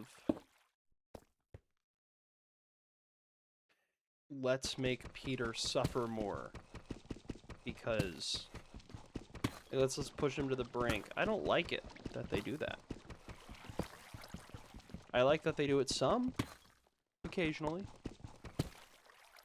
But every single stream, or not stream, God, my brain's melting. Every single comic book, all of them, Peter just has to take every conceivable L that there is.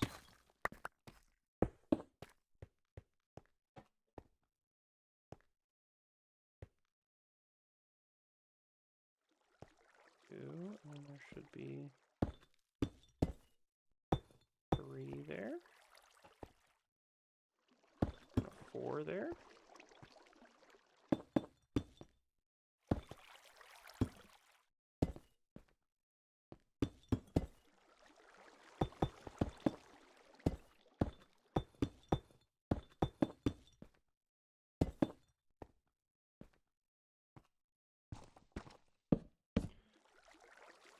Yeah, I'm just not, you know, because I love Spider-Man. He's one of my favorite heroes. But I also don't like how the writers...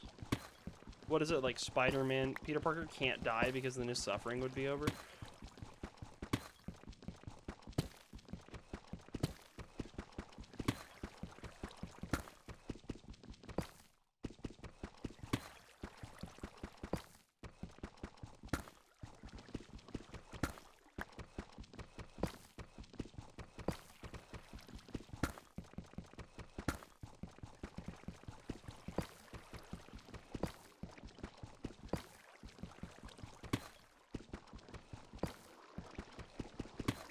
How so?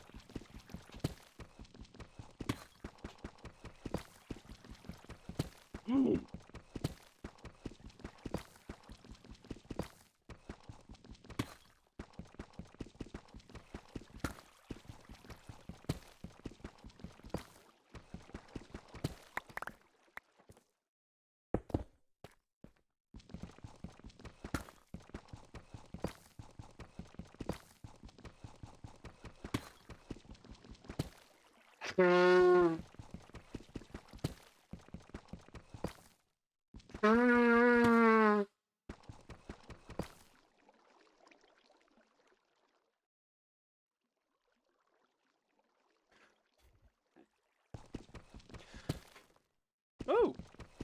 Diamonds!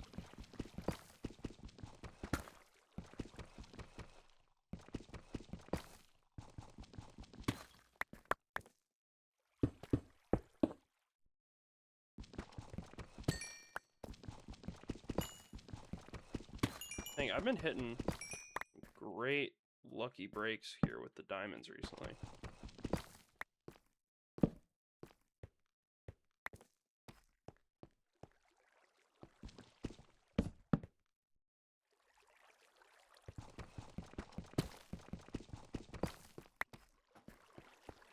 $15 will be more than enough to tide me over till I...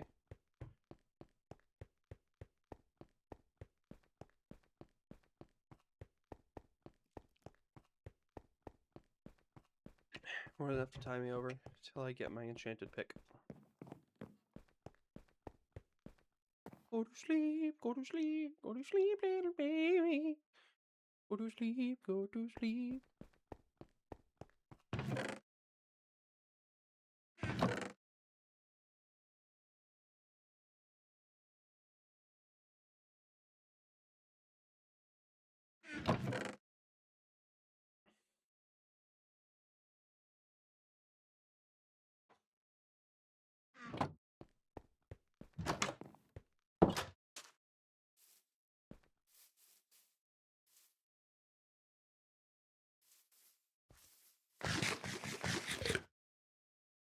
An evil has made its way into my pen. I don't like that.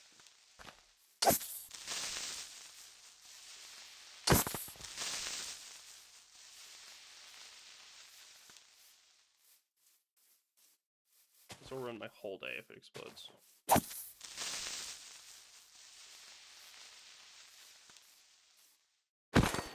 There we go.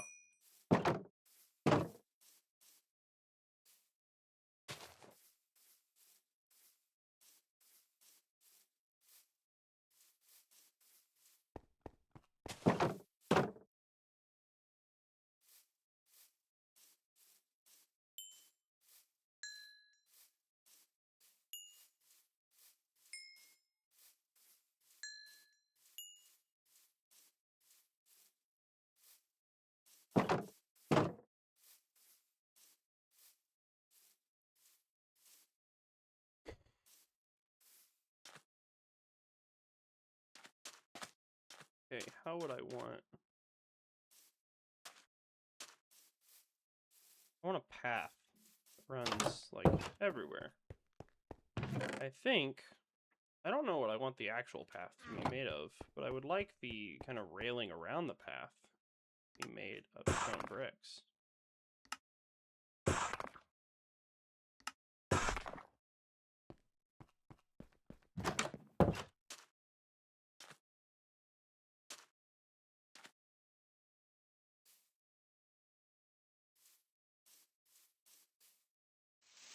Let me go make a shovel. I'll be like real bougie. I'll make it out of iron. Just kidding. I am too cheap for that. We're making a stone shovel. I don't know why I thought I'd be a big spender today.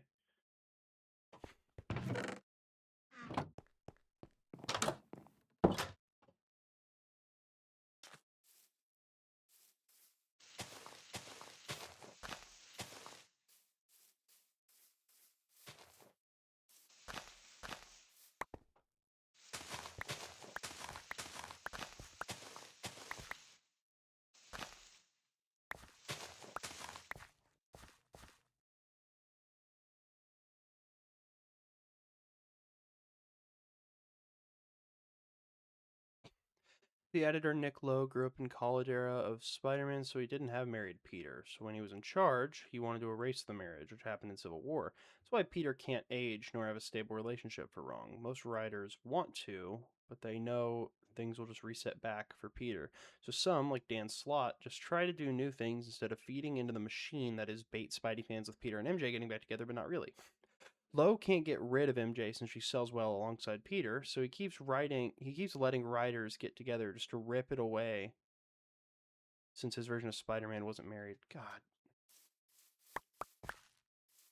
Brownie face. Brownie face to that guy.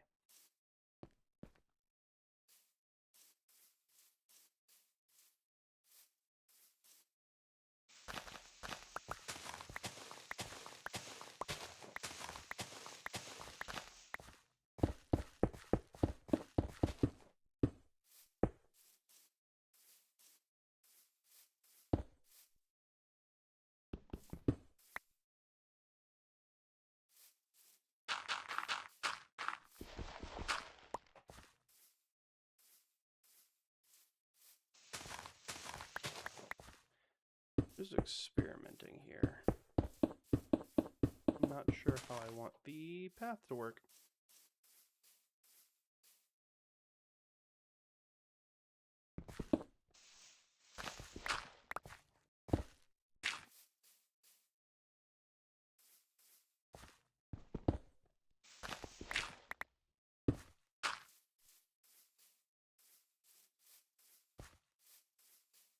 Yeah, that's good.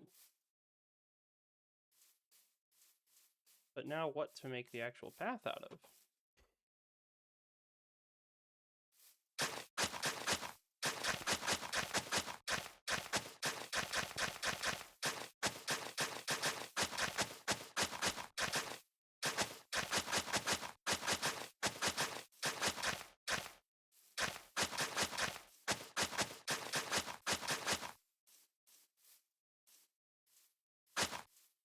Yeah, I'll take that.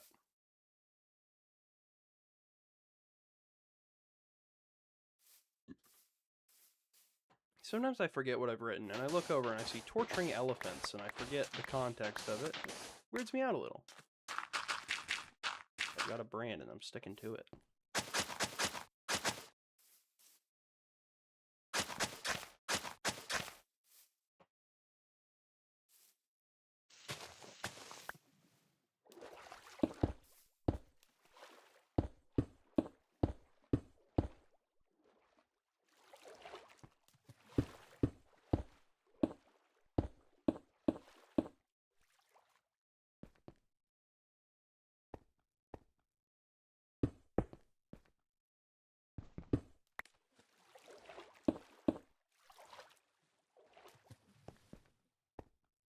Night is falling, and I am scared.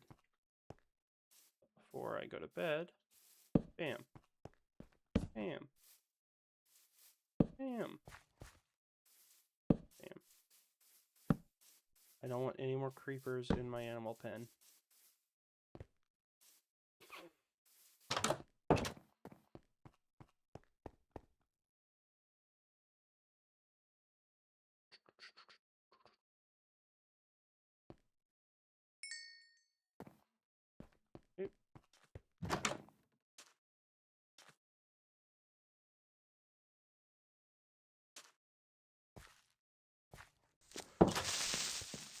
Ah! Jeez.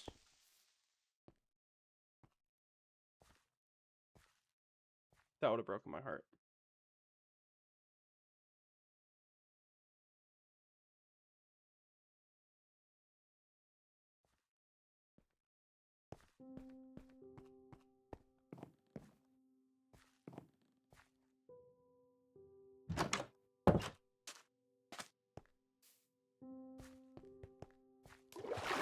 Come on, you little freak. Jump in the water.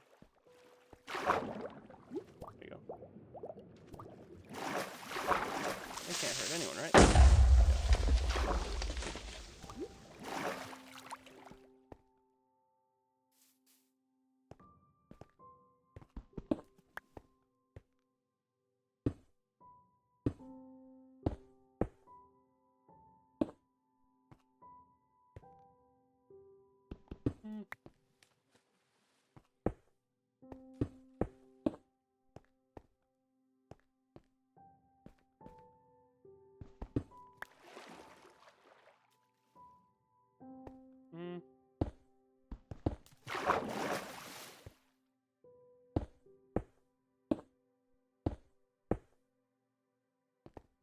Nice. I love it when things just work out. Just lines up perfectly with this. Oh.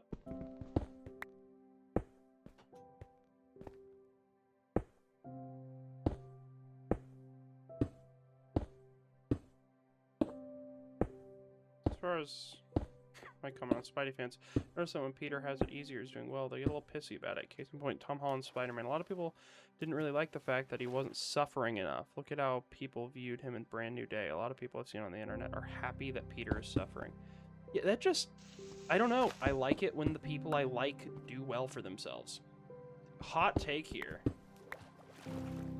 Dang it.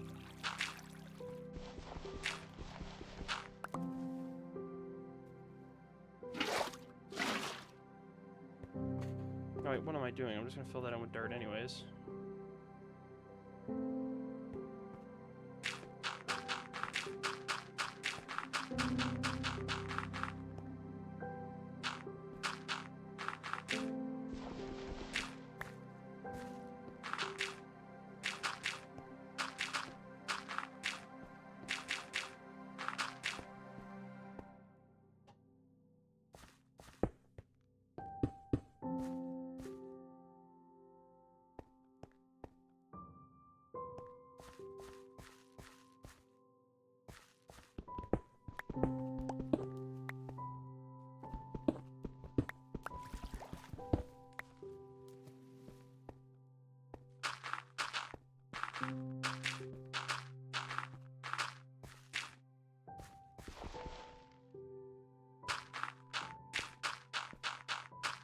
Fill these in.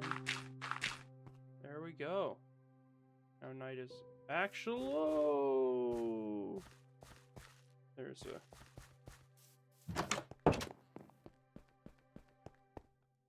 Wandering trader there. I'm going to murder him.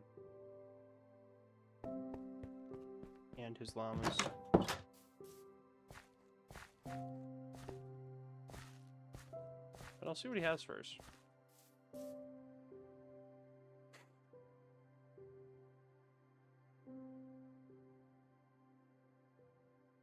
Any of this interesting to me? Water bottle. I can do that. I have sand. Be back shortly.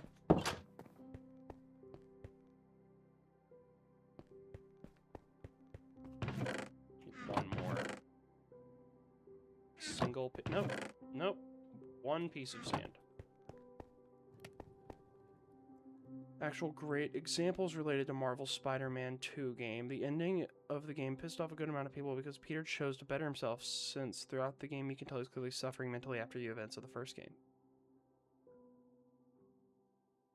I don't know, I like it when my heroes grow, you know?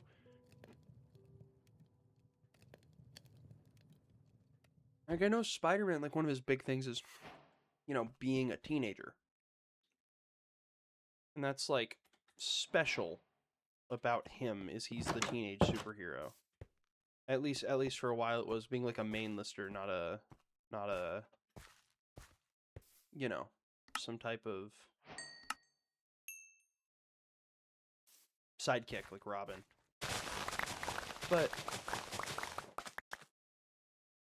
I feel like that keeps him in a box because, you know, like, imagine if instead of because if I remember correctly, in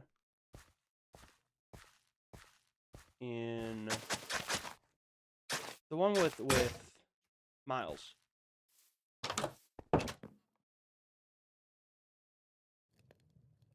in that one, Peter was like kind of a crappy Spider-Man. Can you imagine how cool it would be to have like an adult Spider-Man who's not a loser?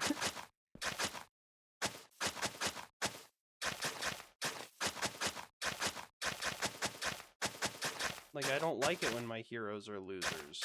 I don't like it when they take a hero who had been great and then make him into a loser.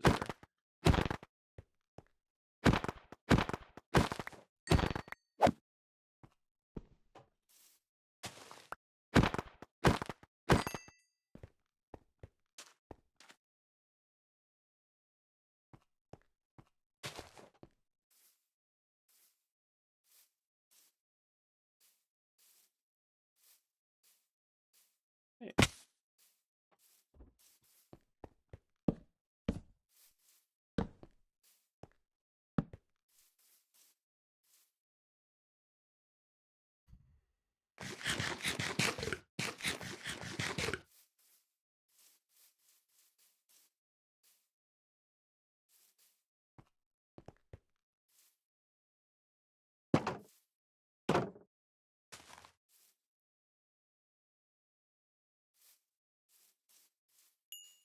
Make all of the babies! Make all the babies! I don't even care to breed the sheep. I have enough of them. I'll start shearing them whenever I'm getting closer to nether mining.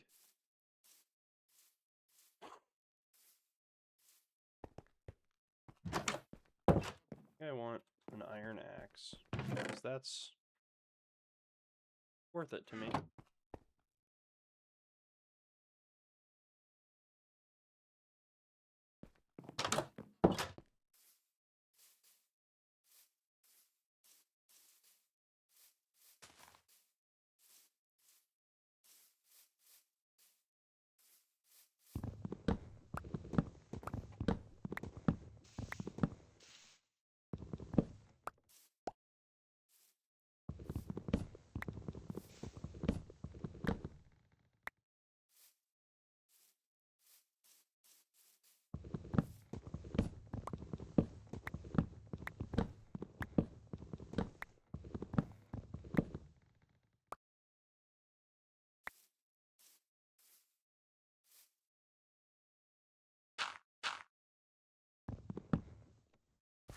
Hey.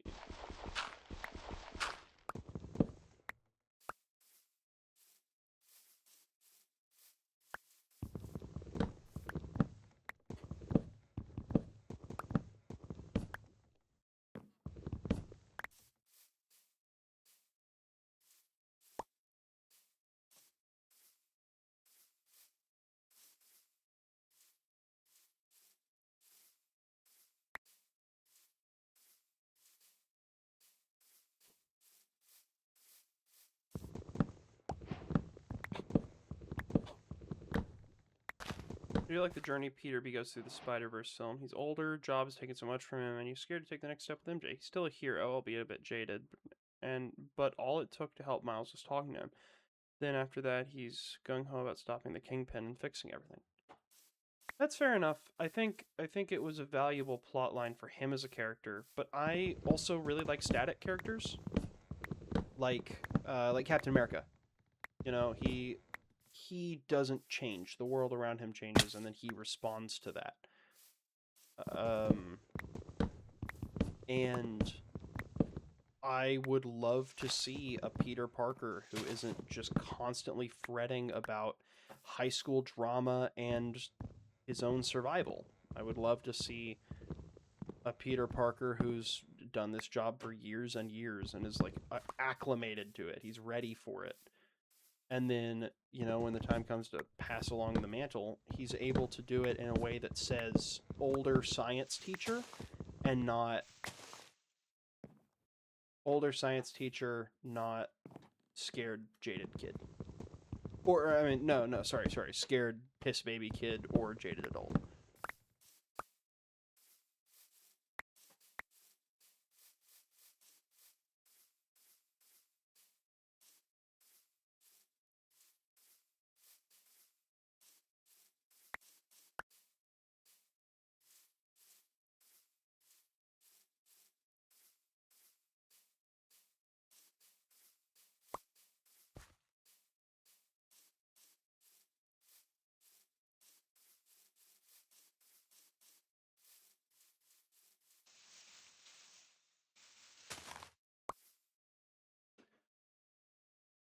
Miles getting him out of his depressive funk and giving him the confidence to take this next step with MJ leads to where we see him in Across the Spider-Verse when he's back to his old self.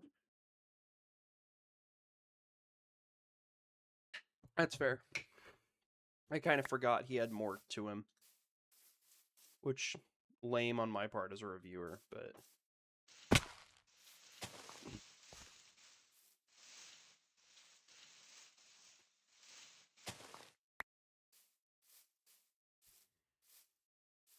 Yeah, I still feel it would be cool to get one with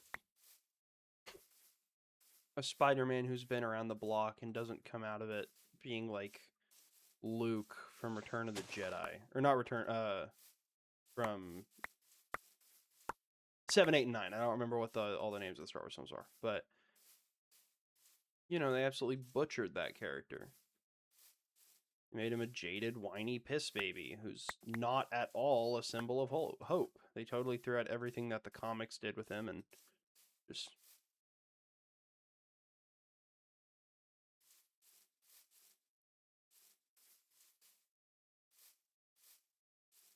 I mean, I really want to see a Peter who ends his arc, or at least gets to participate in a large, at least a significant part of the back half of his arc, confident. He's not constantly with his tail tucked between his legs and super scared about how everything's going to go. Like, he's ready for this. He's been here before. And not only has he been here before, but he's asked himself the hard questions and already found the answers to them. And, like, he's still, obviously, he's going to struggle with a ton of stuff, but I would find that a lot more compelling than Peter, again, just maintaining this, I kick him in the nuts, and then when he falls over, I kick him in the ribs, and now look at him cry. See, aren't you satisfied that he's crying? You know, I don't like it. I mean, even if you took it with Spider-Man in the, you know, the comics that we were talking about just a minute ago, where Spider-Man kills Kingpin, even if you do it in that, I would love to see that Spider-Man in not just a moment of outburst, where he's like, it would be wrong of me to let this monster continue doing what he's doing. It would be a moral failure of me to not stop this for good, because he doesn't stop. He's going to live in jail. He's going to keep laughing. Kind of like Spider-Man X Punisher, you know? Where he can still stand for all his greater good things. He doesn't have to just go through and murder all the goons and bad guys. But, you know, the big shots, the guys who are organizing all the things that are causing all these deaths, I would not mind seeing Punisher Spider-Man. Where he's not this mewling wimp, and he's able to take care of his family. He's able to defend the people he loves because he knows that hard decisions have to get made if people are going to survive, and he's ready to make them. I would just much prefer that to the current Spider-Man we get so much of.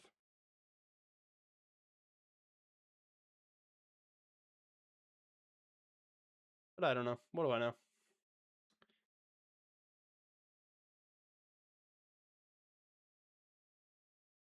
I am a huge fan of the Tobey Maguire Spider-Man. Exactly how the whole thing with Uncle Ben went down. I don't remember if that's how it goes down exactly that way in the comics as well, but him, you know, it going so straight down the pipeline of him getting Uncle Ben murdered because of his vindictiveness and his stupidity. I love it. And then Tobey Maguire just did a fantastic job. So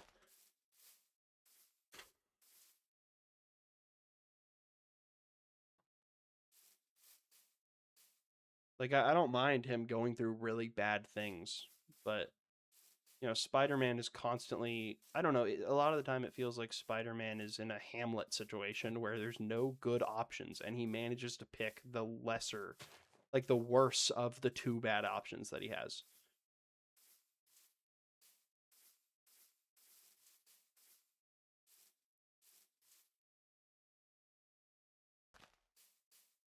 Also, Spider-Man's no-kill stuff, I feel like in the MCU where you have, you know, Iron Man actually blasting dudes away. Like, if you go watch the first Iron Man film, there's none of that no-kill bullshit in there.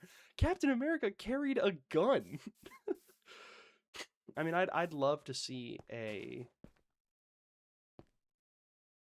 I'd love to see a... Spider-Man that kills. Because I think the no-kill rule is kind of bullshit. I don't care for it at all.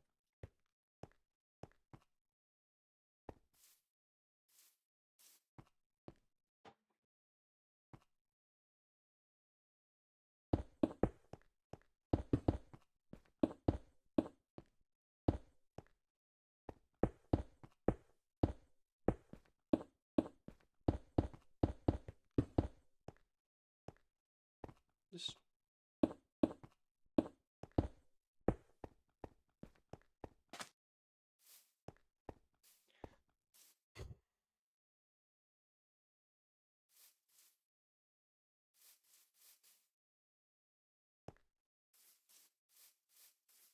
Yeah, I don't know.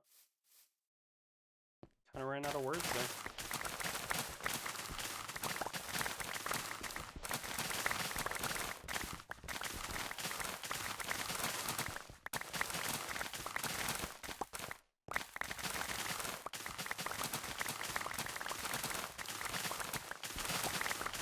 Kind of trying to figure out what to do next in this game because I'm currently at a waiting period. You know, since I decided to do the farming instead of the throw light armor on myself and throw myself headfirst into a cave, I decided to go with a more economical approach.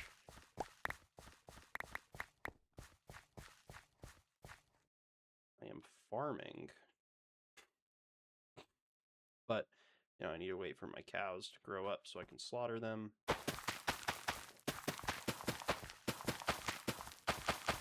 Need to wait for my plants to grow, but really I've got my wheat farm situated. Right now I'm just waiting on all of the... I need XP and I need books so that I can make a bunch of bookshelf stuff.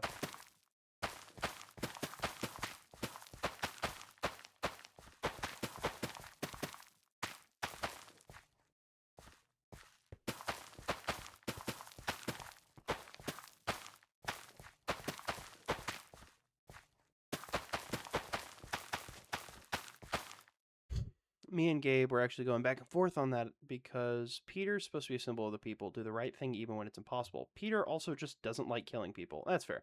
So we were cooking up the story where his Craven decides to take it too far. He kidnaps Peter's kids and buries them alive, making Peter think his daughters are dead. We agreed that Craven should die by the end of this. We don't know if Peter should be the one to do it.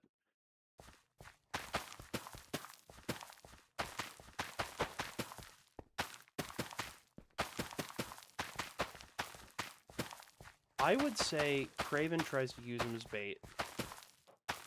Peter finds out they're alive somehow. maybe there's danger to them that he accidentally, like, symptomatically, or not symptomatically, he senses on his spider sense there's danger, but there's no physical danger to him, which lets him know that there are people alive under there. And then as Craven goes to kind of, you know, reveal his plot and be like, I use these critters to lure you here, and then if he goes and tries to actually kill them, and Peter doesn't have a choice, he kills Craven to stop him from doing it in a very quick, decisive, decisive fight, because it's either kill them or let his daughters get crushed / choked / stabbed / exploded. You can really take it wherever you'd like to with that, but I think that would kind of be the best way to do it. Or I think, no, maybe not the best, but I think that's my first little spitball idea.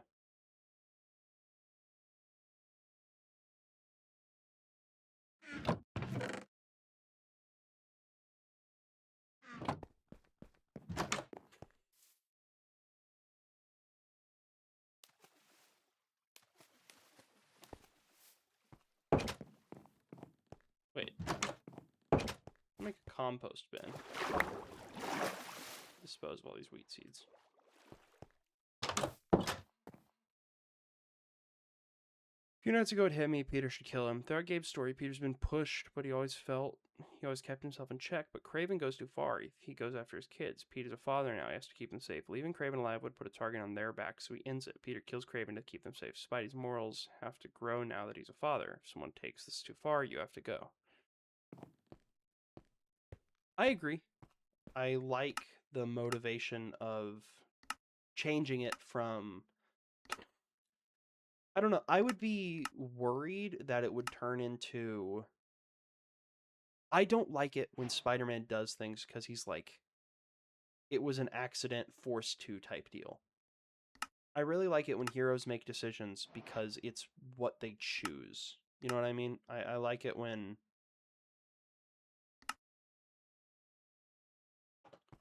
when he goes, you know, like he decides in his head, you've taken it too far. I either kill you or my daughters die. And he makes the choice that, you know, is the right choice to make.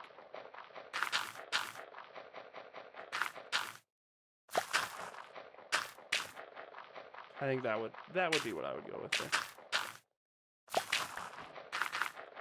Because I don't like, you know, again, the idea is that he's growing morally, not that he snaps and just makes a mistake.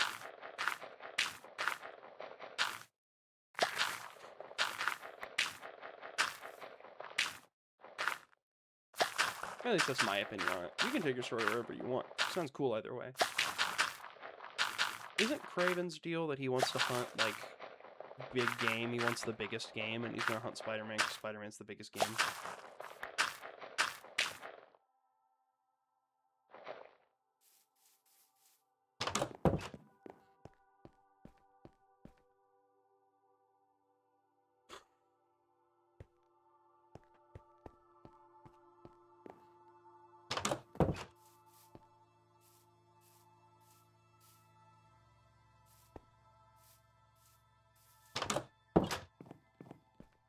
Grab the wheat.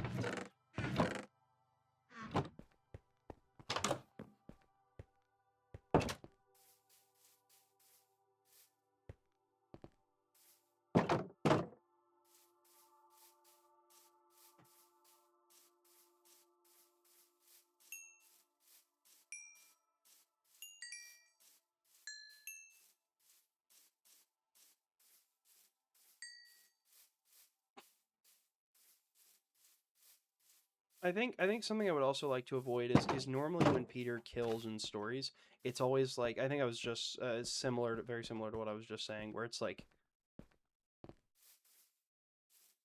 he snaps. It's never a grieving, ah shit, this is what it's come to. Well, time to do it. You know, I didn't want this event to happen, but I guess it has to. It's never that. It's always Osagov kills him. Oh no, what have I done? No, I did the right thing. Oh, everyone's telling me I did the wrong thing. Oh, this sucks. Guess I'm a killer now. I just don't. I don't vibe with it as much as I would vibe with Peter the hero making a conscious decision to be heroic and sacrifice his sacrifice his comfort as a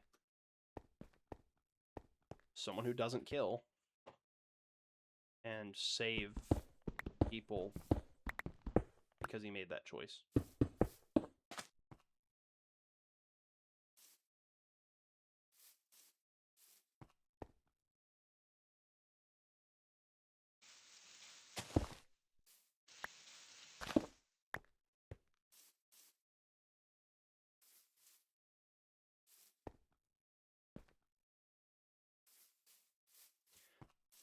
I really like how the base is coming together. If you're watching in a way that you can like actually look at the screen, feel free now because I'm showing off, doing a little tour. But cow farm and sheep over here, and then I have my farm here, compost bin, and a sugarcane farm over here. I don't know what I want to build next. I'm really uncertain because, like I was saying, I'm kind of just waiting on all the cows to breed. Probably after one more breeding cycle, I'm going to thin the herd. But let me see if I can get looting on a sword. I'm going to build a diamond sword anyways. So if I can get looting on this bad boy, then I can kill less cows for the same return. Sharpness, sharpness, tank.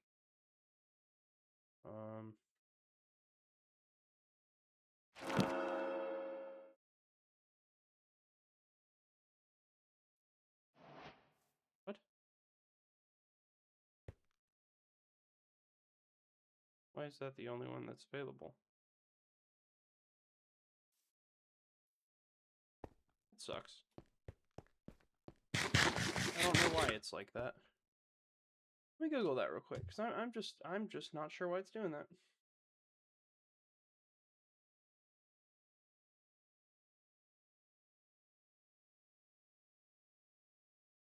Why is there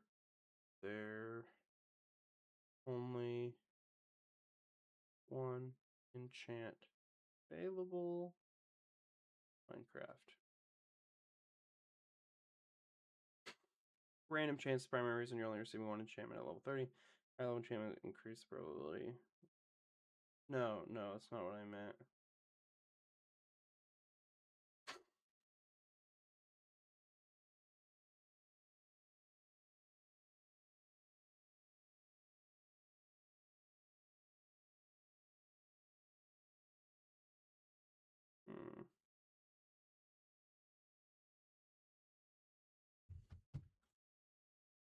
Well, so no looting there.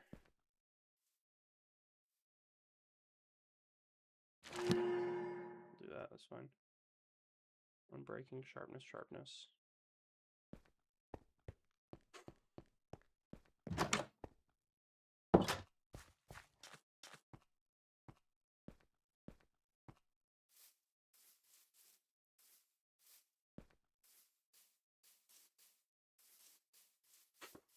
I need more XP. I'm not sure how to get it.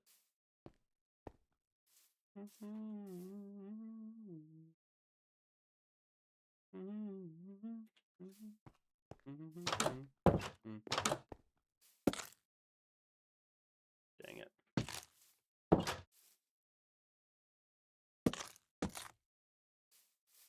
Sure.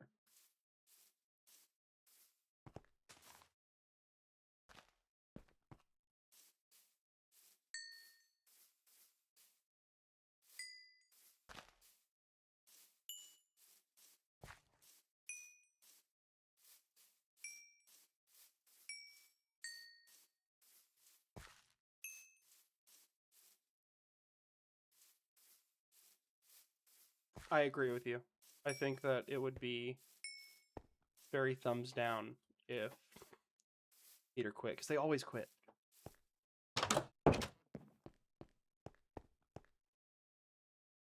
I think you're right with the quitting.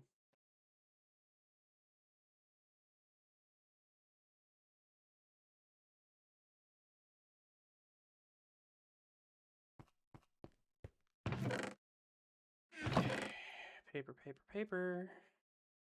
Put that down here. Fill in those holes.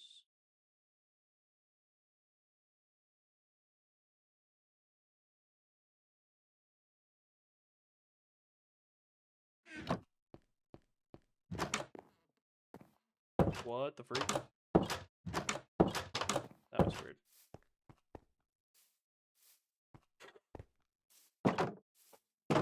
Had to christen my sword in the blood of cows.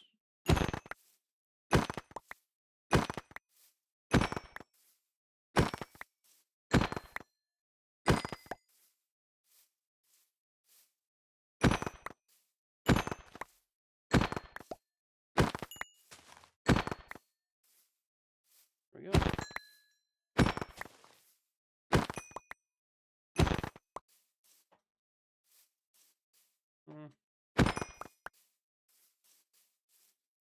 Damn it.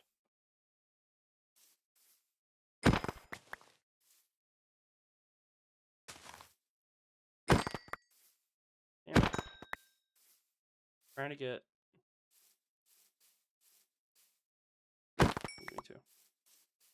I think that's what I want. I think that is the correct number. I don't think so. Thank you about the base. It has taken me a long time to have any eye for any form of design, and this is very basic.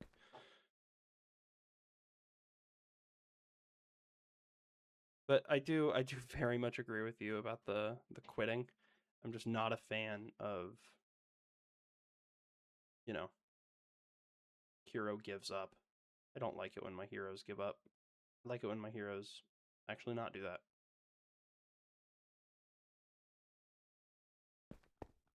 There we go. 12 books. 1, 2, 3, 4, 5, 6, 7, 8, 9, 11, 12. Okay. Not bad.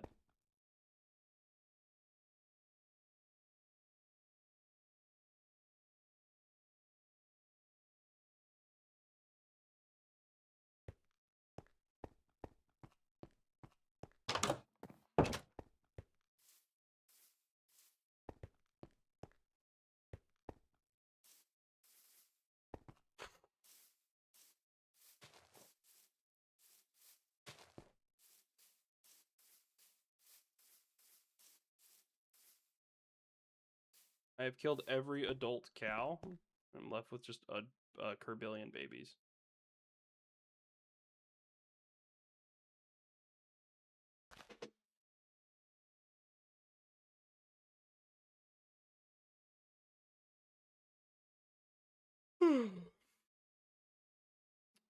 Oh, I never realized that all the cows run to the nearest adult.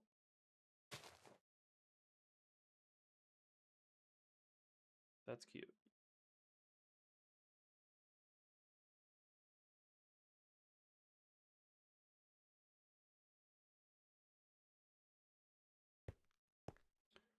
There you go. There you go.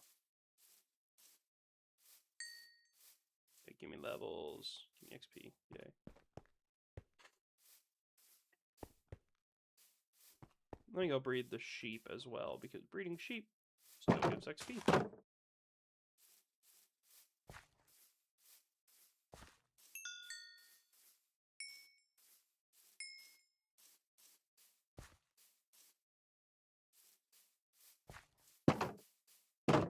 Whoop.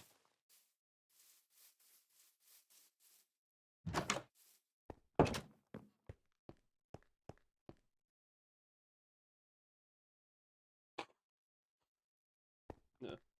Mm-hmm. Mm-hmm. Mm-hmm. Mm-hmm.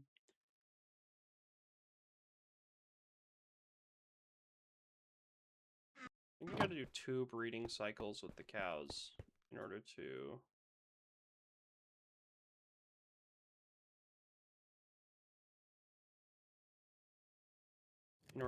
keep their, their population up.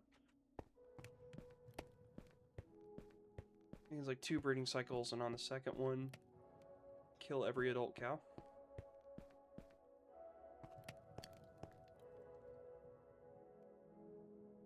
Because it increases by half each time. Which means if I have, let's say I have 4 cows. Breed, that means 2, so it's 6.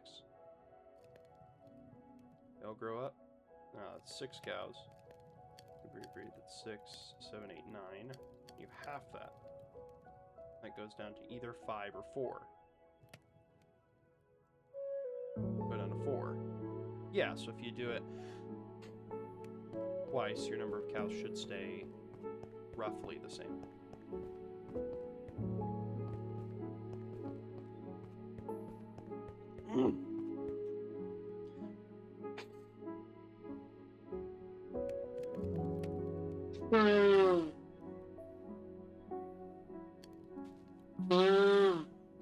Yeah, I just killed every adult cow in there.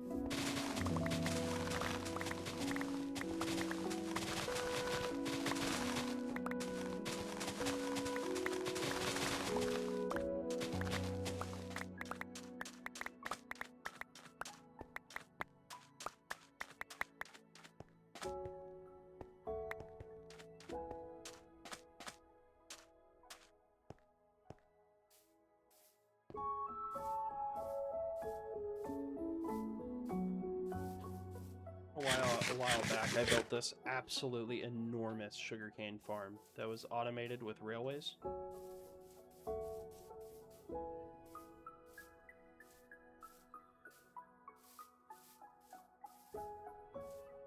It was so difficult to build on its own.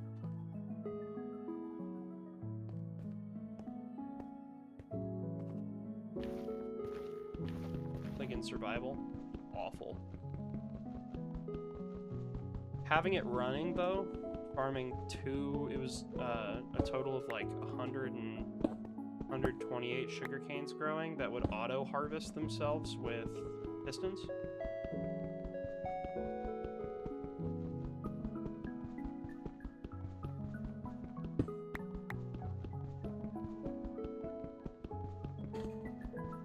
I'd let them grow to a height of 3, and then it would.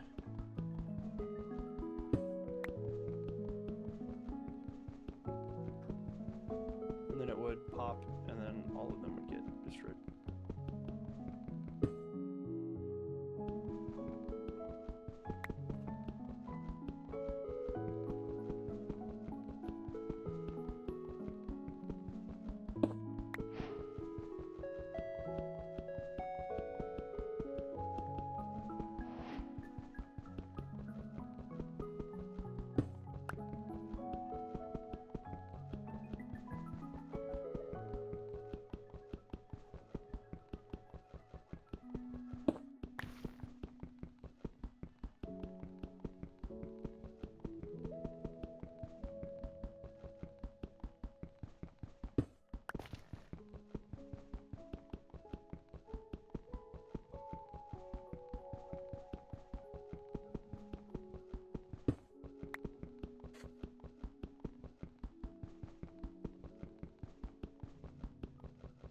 There's only like 5 seconds of delay between me and my stream, which is really cool.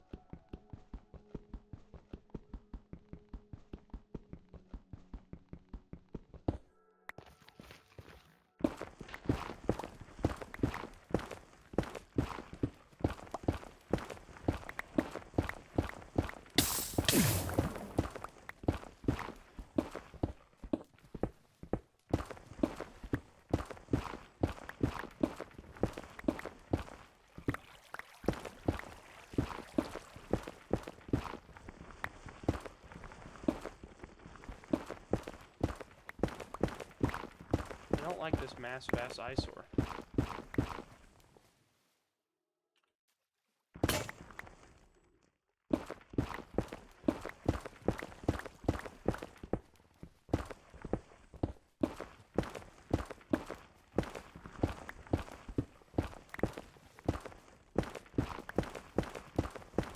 Oh yeah, what you having for dinner?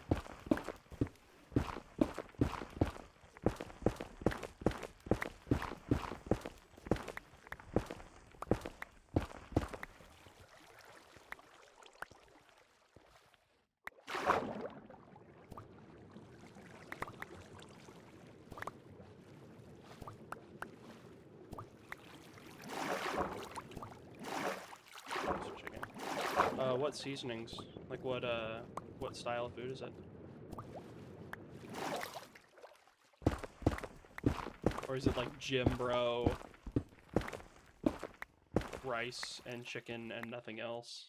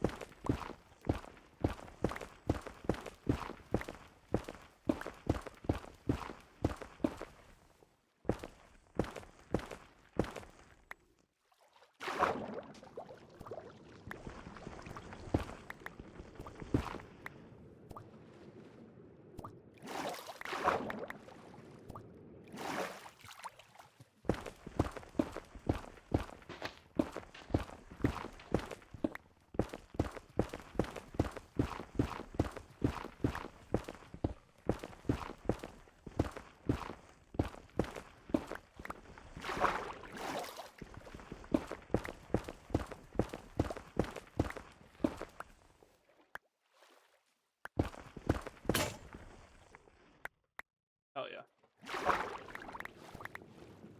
I would kill to have a plate of like just yummy rice and chicken right now. Something nutritious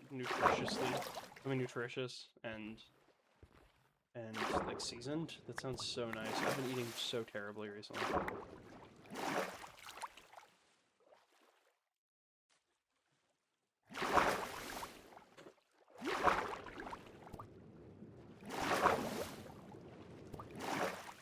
We're gonna feed all the cows. I'm gonna grab more wheat.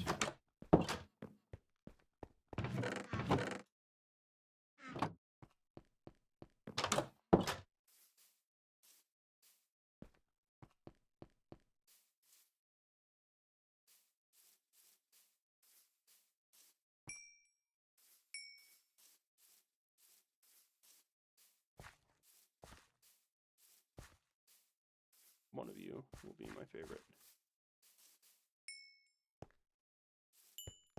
Delicious. I have a need for like good cooking right now. That would go crazy.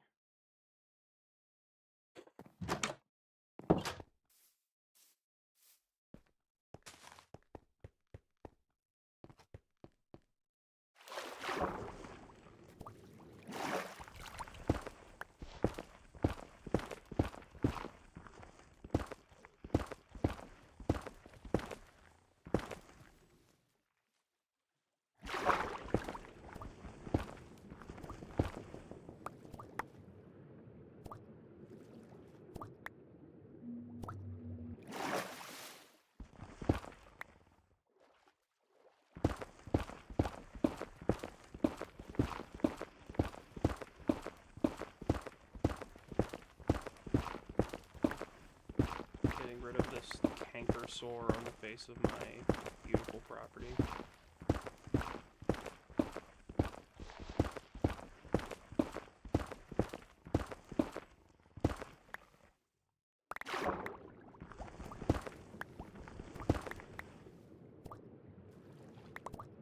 An underwater cave? I did not know that that was there.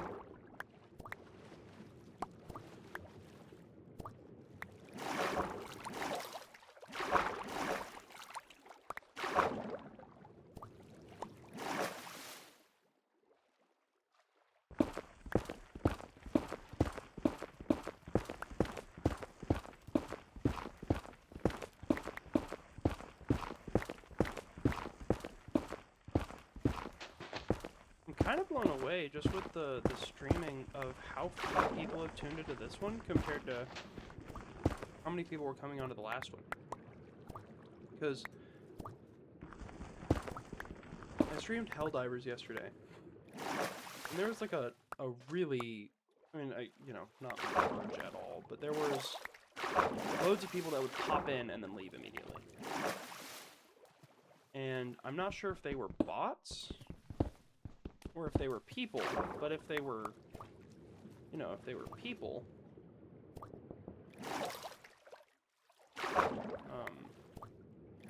I wonder why that circulates only around, like, Helldivers. And if it's bots, gotta wonder why that's only circulating around Helldivers.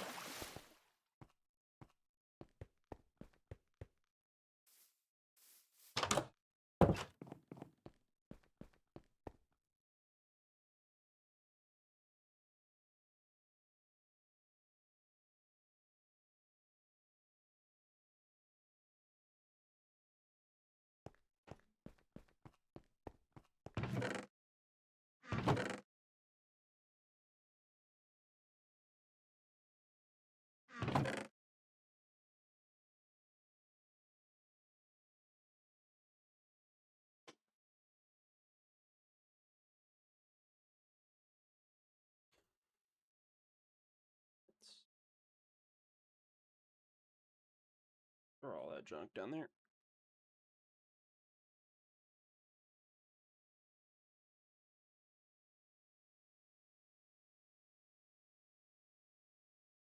I'm still figuring out what game I want to stream. Oh, how many people are watching the stream? Just you. I've only been playing for you. It says there are 2 watchers. One of them is me with my browser open. One of them is you. To be fair, this is like my second stream ever. I have 4 followers. That is you, my girlfriend Scarlett, my first, like, legit follower that I made on here, and then one guy who was talking to me about getting some help from this guy who helped him and his cousin make more money as a streamer. So, like, I don't know. I'm inclined to believe that that is a bad faith actor who's trying to scam me. But it could also just be a guy who found something that worked, but I'm not buying into it either way. Not worth the risk. But yeah, it's literally just you. I'm trying to practice talking to an audience. So I've been speaking as though there's more viewers, but I've only been interacting with you because you're the only person interacting with me.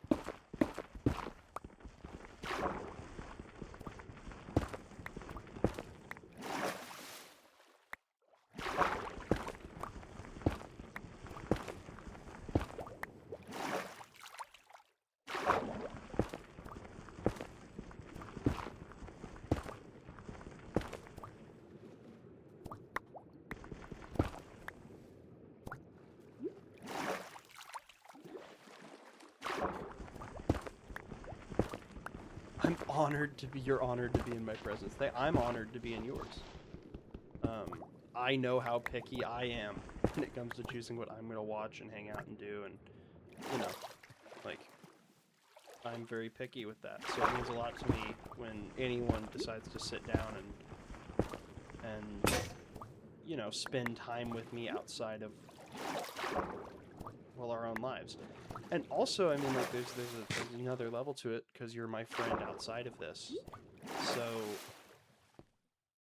it's like, it's nice to have someone who seems to support what I do, not just because, not out of just an obligation for, you know, 20 minutes, and then head out. Like, you've stuck around for almost 3 hours. Like 2 hours, 50 minutes, probably. So it's been really nice having you here this whole time. Because most people would have dropped by and then, you know, taken their leave as soon as they kind of satisfied their obligation to their buddy, who is just on a streaming kick or whatever, you know.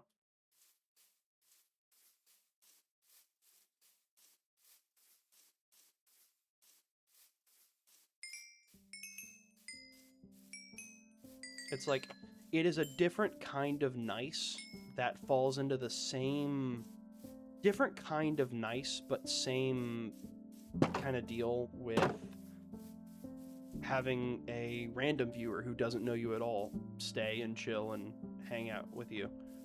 Because, you know, with the random, that means they just genuinely like my content, which is really nice. But with you, it's either you genuinely like my content or you value our friendship so highly that it's worth disposing of this many hours of your time to hang out with me and support me. Because currently you're the only person doing so. And I don't blame anyone else. I haven't told any of my gaming buddies. Scarlett's doing other things. I mean, I'd really like it if she watched, but... Yo! I thought that 2 was me. There's another guy in chat. Have you been here this entire time? I thought that was... Every time I've streamed, it said I had 1 viewer. Oh my god, what have I done? There's like another person. Hello.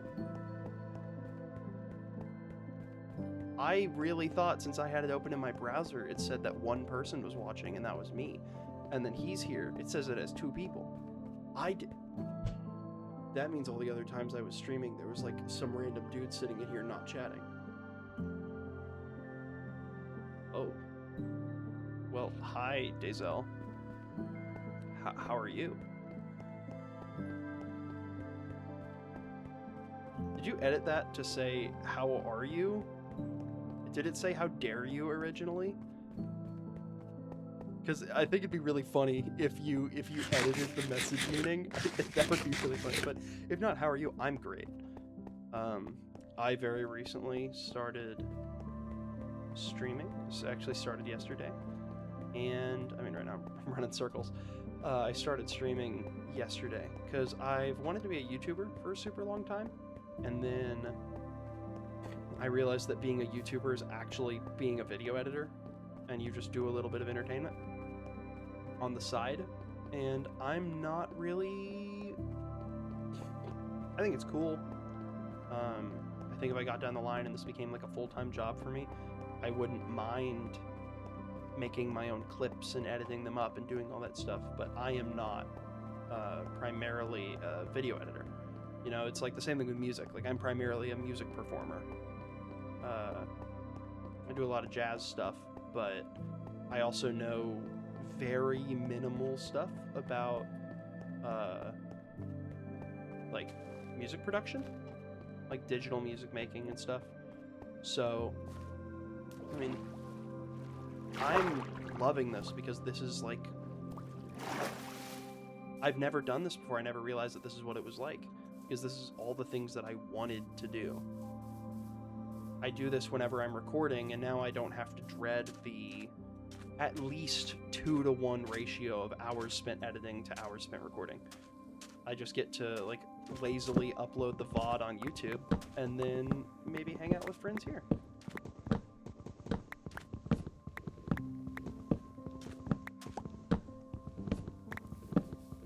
But how are you? How are you doing?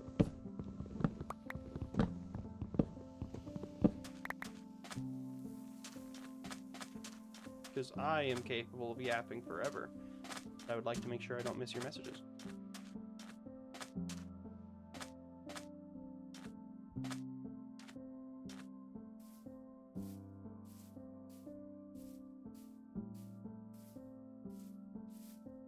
Also, now I'm nervous because I don't know if it said 3. Dazel popped in, said, hey, how are you? And then left. And there's not actually 2 people here. And that I was right that me watching my own stream was 1 person. Because maybe I just yapped all that out to Larry and the wind. But either way, if you are here, very glad that you're here. I would like to know how you are.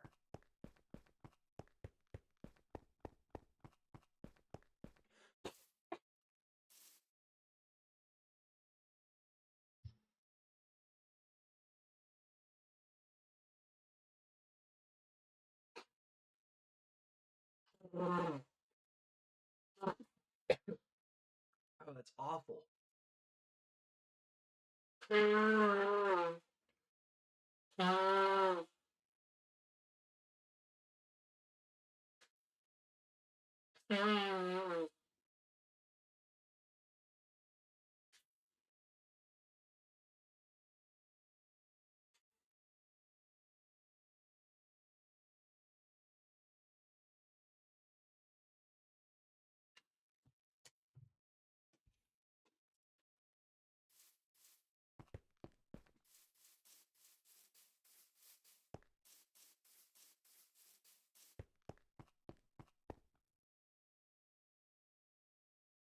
Okay.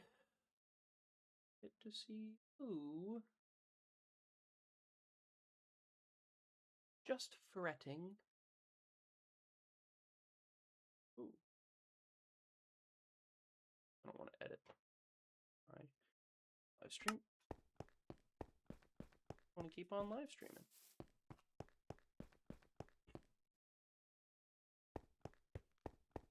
Chat pause due to scroll. Oh. Nothing changed. Oops.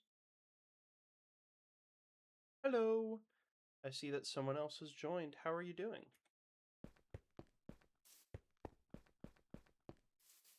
I am doing quite well today. Oh, let me pull my mic towards me so you can hear me better. I hope you're doing quite well. I'm currently running circles in Minecraft. I can give you a little tour of the base if you'd like. I'm waiting on all my cows to grow up so I can breed them one more time and then kill them so that I can make a bookshelf, because I am about to the point where getting fortune is necessary, because I'm about to start strip mining and I would really like to get a suitable amount of iron. I don't even care about like the diamonds really. Like that's not true, but my biggest concern isn't even the diamonds, it's the iron. I actually think right now I have more diamonds than I have iron. Let's see. 13 and 16, no. So, oh, and then I have some raw iron too. But yeah, feel free to message in the chat. I have it pulled up and I am reading it, so I'd be happy to talk and hang out.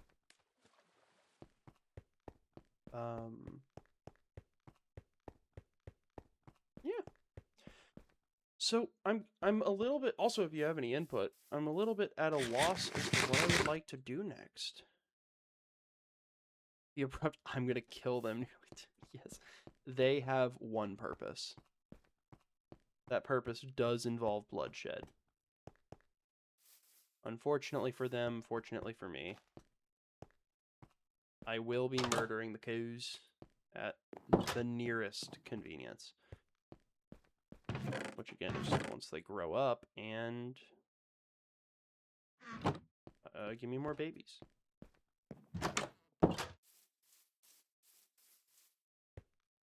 Let me harvest this again.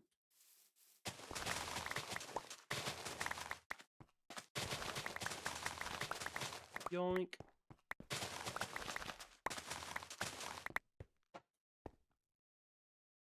Oh, girlfriend's calling me. Hello? Hello. I should let you know I am streaming and I actually have some people here. Oh yeah. So I can only talk for a second. What's up? I totally forgot to check. I will find my way to work tomorrow. Thank you so much for checking in on me. Yep, love you, sweetheart. If you would like to join, you are welcome here. I am killing a lot of cows. Alright, love you, goodbye. Beep and then boop, and she's gone. Oh hey, Dazel87 is following me. And I don't think that they are a bot. It's a real worry. It's a real worry in these parts. But I liked the hey. Like I'm sure it was a hey, you know. But I like the talking about, yeah, you're the only one here, and he goes, hey. Okay, it looks like the coos are all grown up. Nope, maybe not actually. Maybe not. That's the sound they make. I'm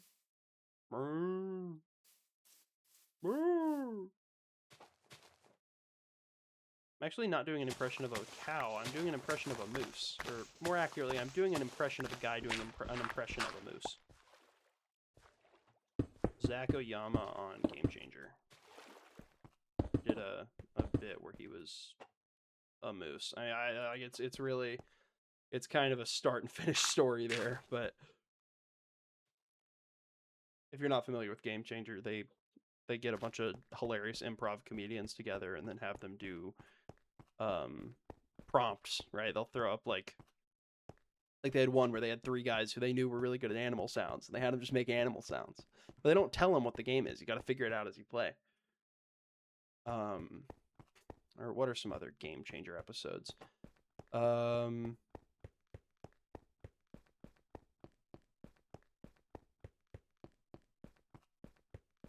There were some of them where you like bid points. You bid whether or not you were willing to do embarrassing things, like go through your ex's photo reel on Instagram, go through your ex's account on Instagram and like every photo, you know, something like that. So, and you could bid that and then do it for a certain amount of points. I think it concluded with someone bidding 8 hours of their time after the studio closes that they would stay there. And I think she got the producers to order her pizza. But that was metal as hell. Okay. I am killing cows.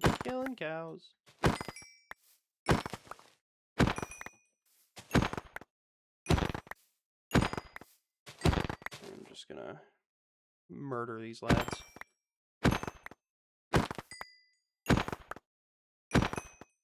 There is something morbidly entertaining about killing the cows and watching all the babies centralized when the only adults left. But that is like a watch listable statement. So my bad, guys.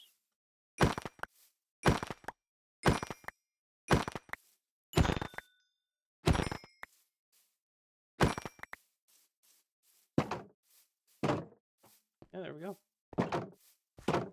Few less cows, and there's a lot more leather in my inventory. So, look at us go. Look at us go.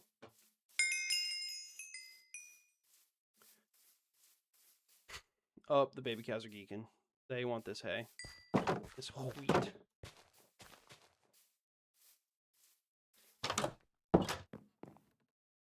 Are you laughing at the is that watch listable statement? Is that what's getting you? Because I mean, you know, if you're giggling, it means you're fucked up too. So you know, it's less incriminating for me. Or I have an accomplice, and now it's just really incriminating for us both, bro. Okay, jeez. Embarrassing crafting behavior from yours truly. Okay. 31 books. Now we're gonna go book of shelves.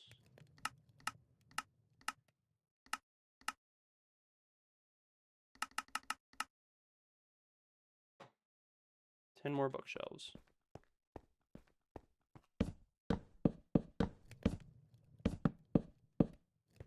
Here we go. Oh, the baby cow's realizing the adults are dying. Yeah. They'll rush for it until you pull out some wheat, and then they're just followers. I almost called them like sheep.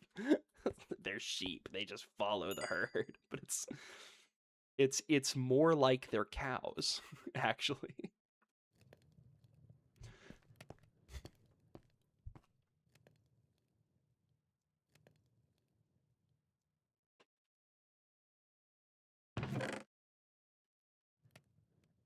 What am I doing next? Because I don't like just, you know, sitting here and practicing my thumb twiddling waiting for my cows to grow up.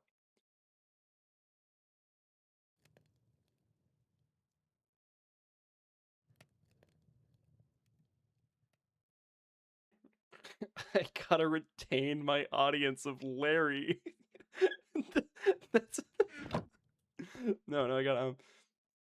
I'm shooting for audience retention. I gotta do something big, something epic.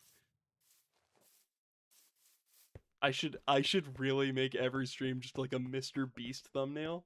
It's not even like a new it's not even like a thumbnail that I made that includes Mr. Beast. I just go find the most recent Mr. Beast video and just put the thumbnail on my screen.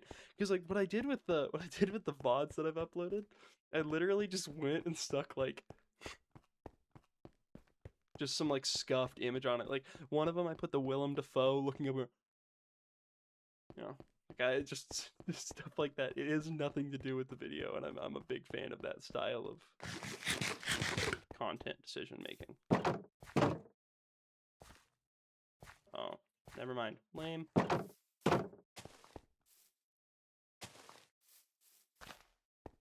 You breed the cows.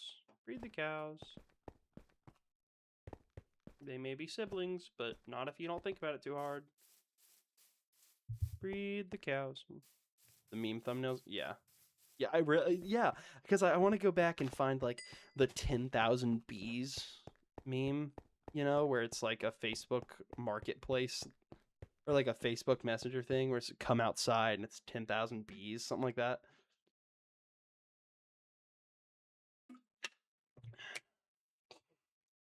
Let me see, is it safe to do this next party trick? My little MIDI keyboard I got going on here. See, I think it's safe. And that's what we base everything off of. Think. Okay. Stand up. Oh, press button. Rise. Rise. I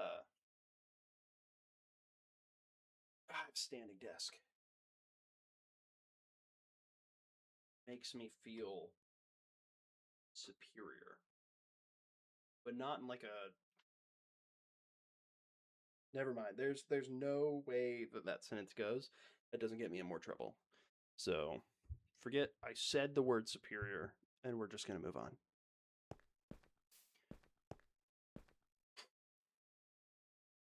Let me go hide. In bed. Into the bed I go.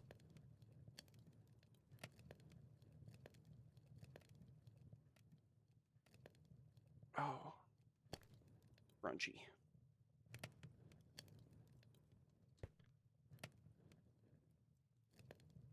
Arm is killing me.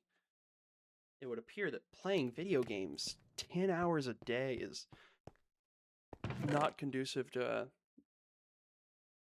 peak athletic form.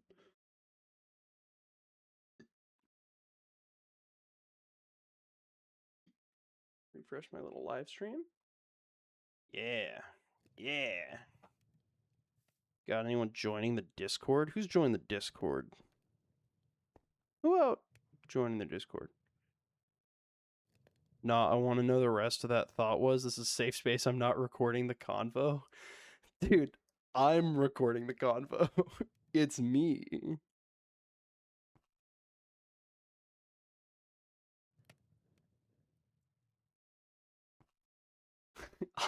I'm posting it. I was gonna say it's not a race thing, you know. It's makes me feel superior to have a standing desk, but it's not a you know. Like you can't say superior because that's a dog whistle. I don't want to, you know. The only way I want like Nazis to hear dog whistles is if it hurts their ears, you know. So I don't know, because then it's like if I make a joke about it now, it's like, ooh, edgy streamer, so funny, and it's like, no, that's not. It was like a real correction. Like it's not a race thing. It's not it's you know. But you know, the hole's dug too deep. And this is where a third person joins the stream. This is where that happens. Jesus Christ. No, I was talking about having a standing desk. I just please understand. I was talking about having a standing desk. That number's gonna tick down to a 2 because they already left. But no. I was saying I feel superior for having a standing desk, but the word superior tastes bad in my mouth. Like earlier, I was streaming Ark Survival Evolved, and I prefer Ark Survival Evolved over Ark Survival Ascended because Ark Survival Evolved is broken in a way that I understand. And it's broken in a way that I like. And also, I already own it. So all those things really lend to me continuing to play Ark Survival Evolved as opposed to, getting a new game that is just the old game, but a little prettier. Yeah, the number ticked back down.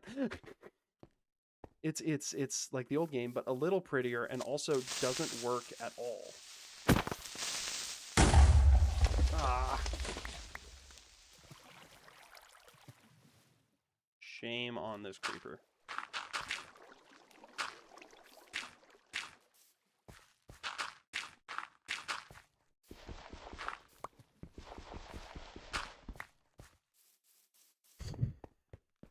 Dude, that was awful. That's when a third person joins. That's Jesus Christ. No, you better put some laughing emojis in the chat for that one. I need some form of engagement if I'm gonna do that. Dude. I just got clipped. I'm gonna end up on the Sunday morning news. Or even worse, some furry's gonna ship me a pipe bomb.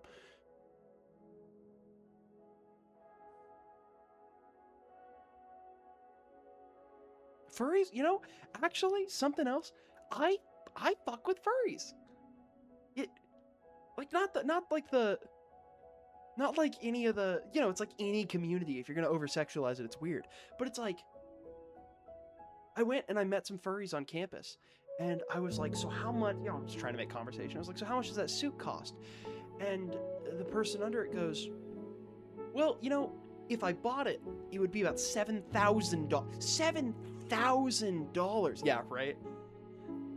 With like the red circle and the arrow pointing at me. But $7,000, and I was like, dude, I paint Warhammer minis. That's the Warhammer mini painting experience. I was like, you're just like me. 81. Okay. My camera's geeking out a little. But I realized that furries are just like me for real. They're really just like me for real because they spend a ton of money on an expensive hobby. And I thought that was badass. So, I'm a convert. Like, I'm not a furry, but I'm definitely team furry in the, when it comes down to it. Also, I've worked IT before. If you want your infrastructure to work, you gotta fuck with furries. You gotta like furries. It doesn't work, you can't have it both ways.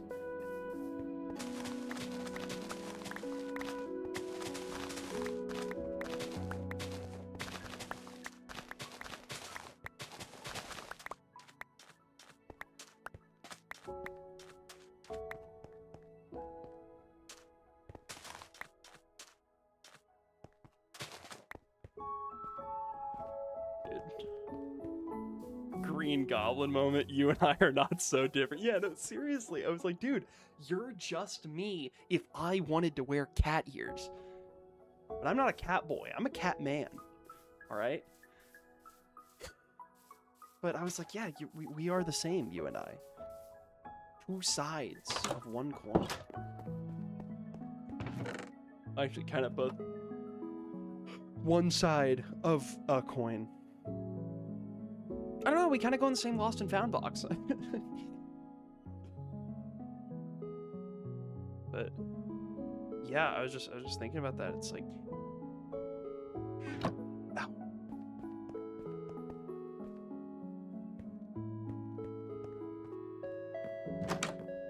Someone's asking me why I have the torturing elephants deal in my bio.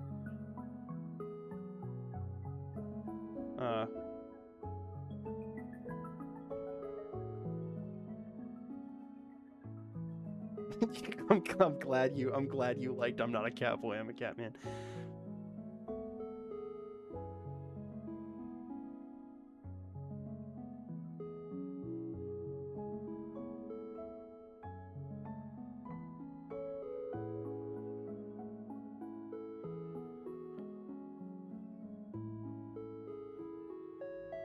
Someone's asking me about my Discord. On Discord, I have a note. It says, I'm the second worst thing to ever happen to those orphans.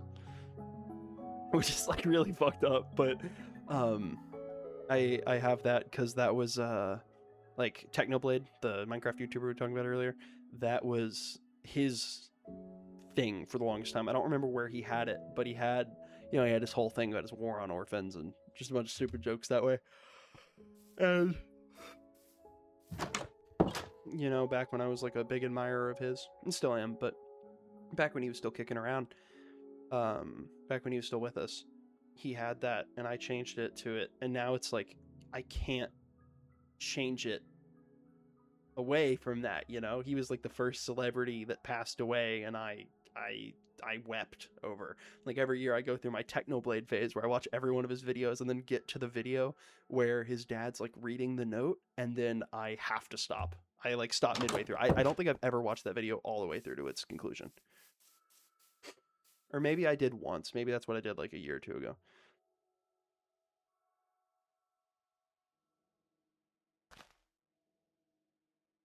But the funny, silly, haha, and an homage to my one of my favorite content creators who passed away far too soon. So, yeah. I thought it was so funny back when I was younger, and it still gets a giggle out of me when I'm in a giggly mood. Like, it's just clever in its simplicity. Let's see. Cows have not grown up yet. I think I need one more culling round, and then I should have all necessary cow parts. I don't think there was a weirder way to say that. I think I gotta...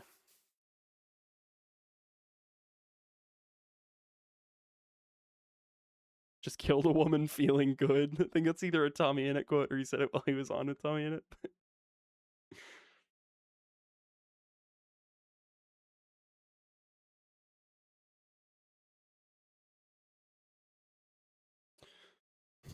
I'm talking to my first subscriber. See, I don't know. I'm scared because that guy who followed me a while, like my technical first subscriber or first follower on here, he's trying to sell me something. So it, like, does he count? Am I engaging in historical revisionism by not including him amongst the tally? Who truly is my first follower?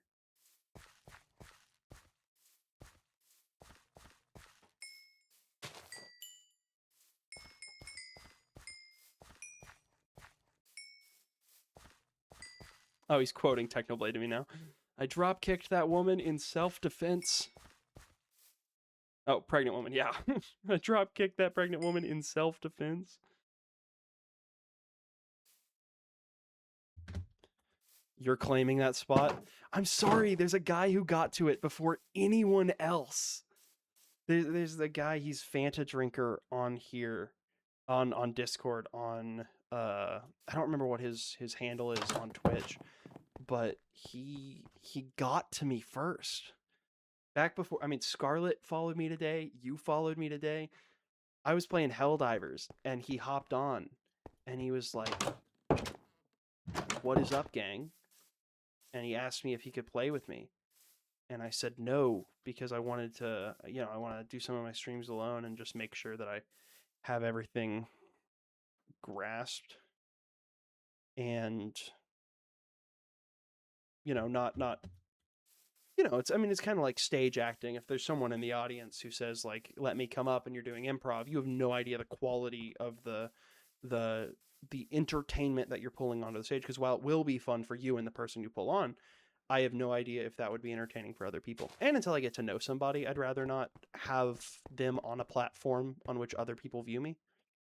But, he seems like a really chill guy, so.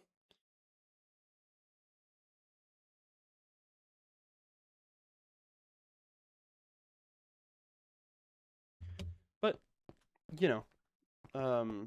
And then we just hung out. He played Helldivers, and I played Helldivers, but we didn't play it together. We just played it alone together.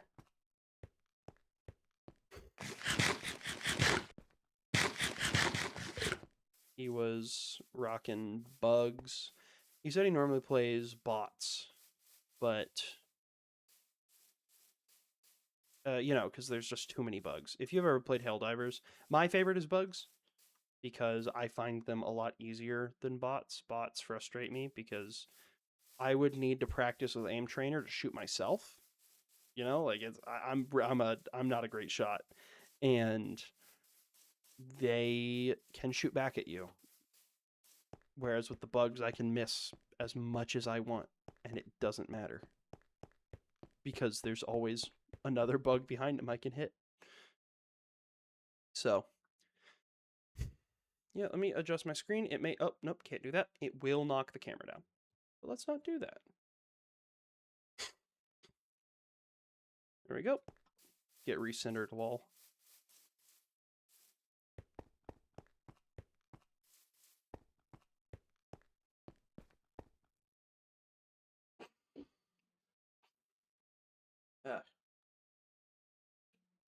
I am a little ill right now.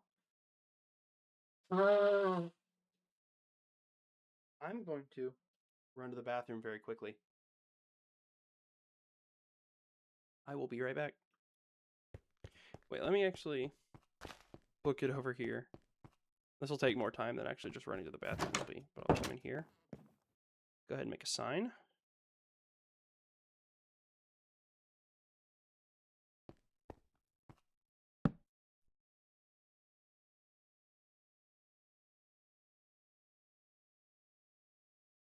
We'll do that in the bathroom, BRB.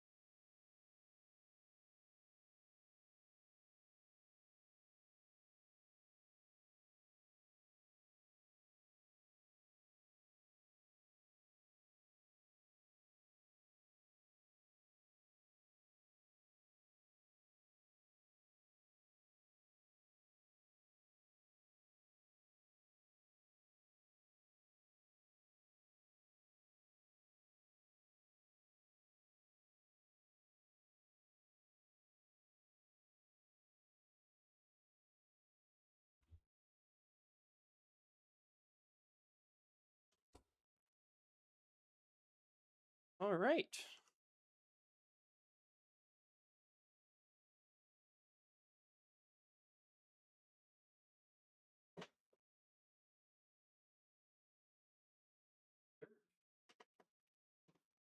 Oh, dang, the top of my head was visible.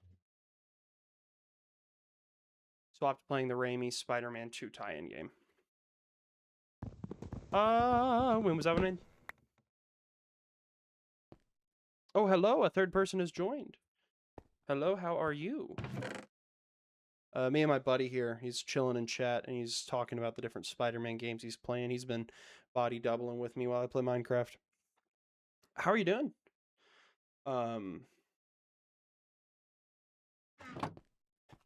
Currently, I'm a little bit at a crossroads because I'm not sure. I'm not sure what I'd like to do. Oh yeah. Go my scarab. Google when the Raimi Spider-Man game is played. But right now, I'm kind of in limbo because I'm waiting on the cows to grow so that I can kill them and take their skin and make magic with it. But, you know,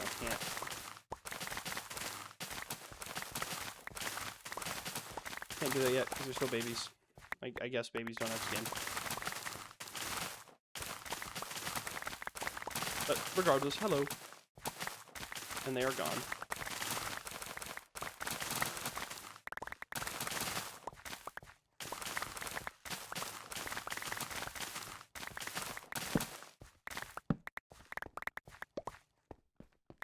Heartbreaking stuff. But hey, means some form of discoverability is working. And that is good news. Mark, this is good news. We can finally be bees. 2000. That game's older than me. By over a year. I'm a 2006er.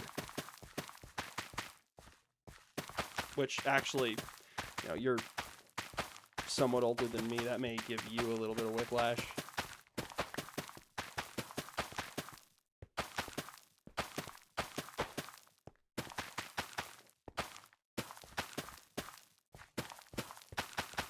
But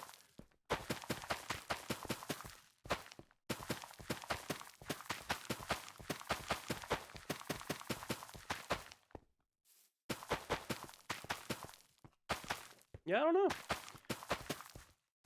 It always freaks me out when, like, I'm playing, you know, Halo, and it's like the first Halo game was made in 2001. That just blows me away, because I've seen some other things that were made in 2001, and they were lame. And it's like a genre-defining shooter. Made in 2001. On the Xbox, which is just Xbox at the time. But it's just so cool. The Raimi Spider-Man game, is that different universe? No, wait, you just said it's a tie-in game, right?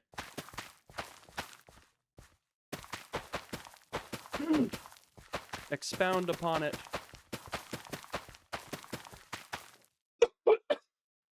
Dang it. Choking on something. Uncertain as to what. Ugh.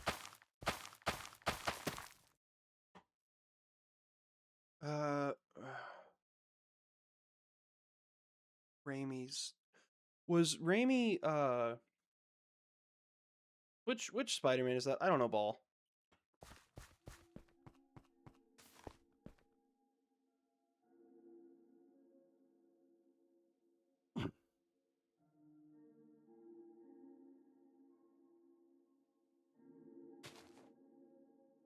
Hold on, wait.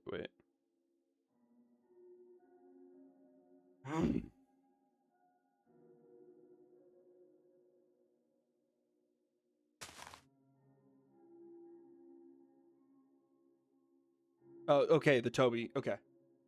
What happened in Toby's Spider 2? What was the story with that movie? I genuinely don't remember anything about it other than pizza time. And I don't even think it was that in that movie.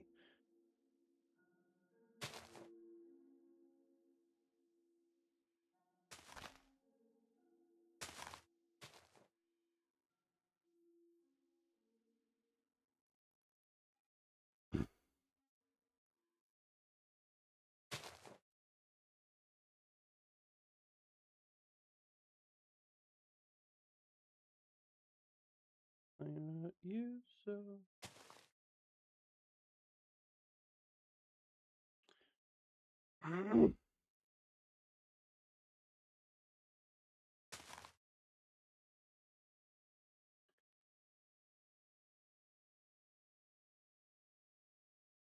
I had a geometry teacher who was top 100 pyros, either worldwide or US. Not sure. Here's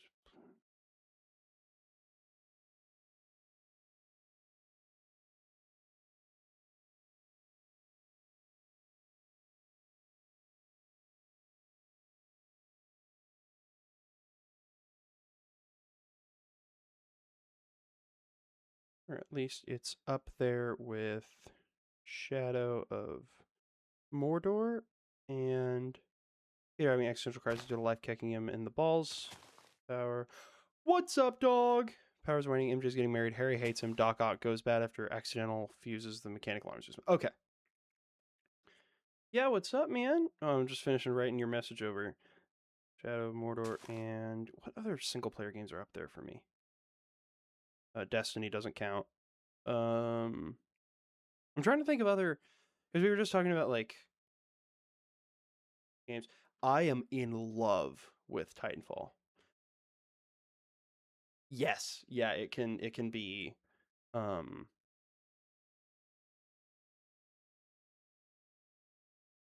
it's a real kick in the ribs if you're not able to plan out encounters.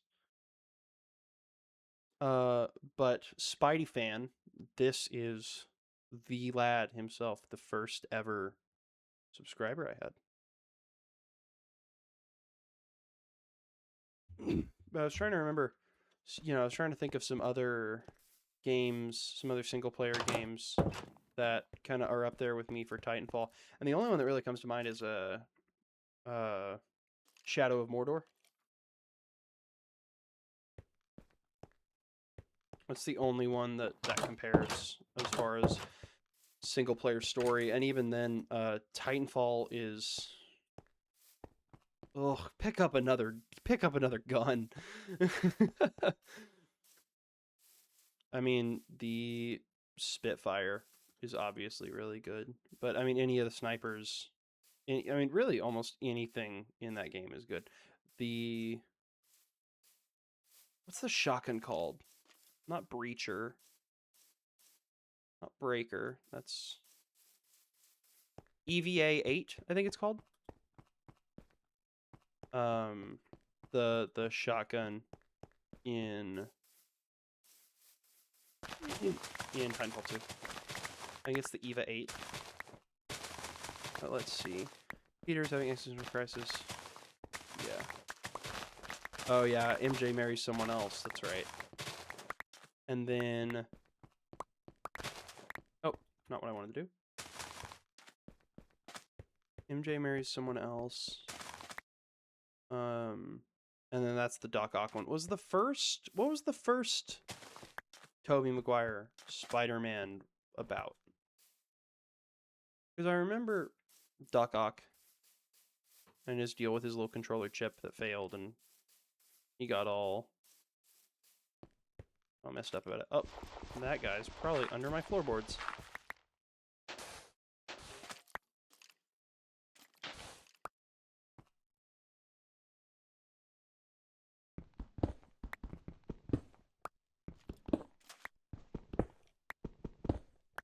Oh, maybe not. Maybe not there.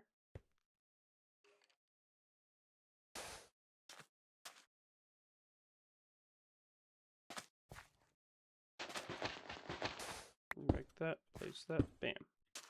And bam. Darn. One more sand. There we go. You can't hear anything for my stream? Like you're not able to hear me speak?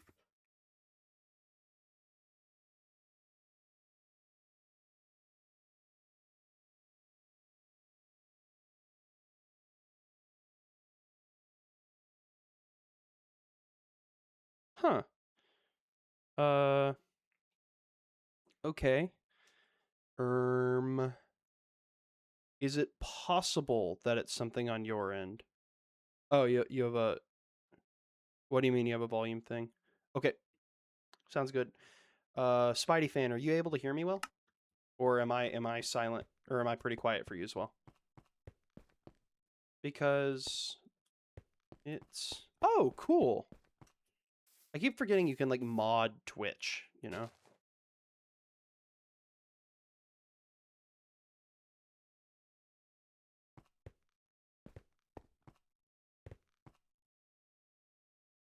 Okay.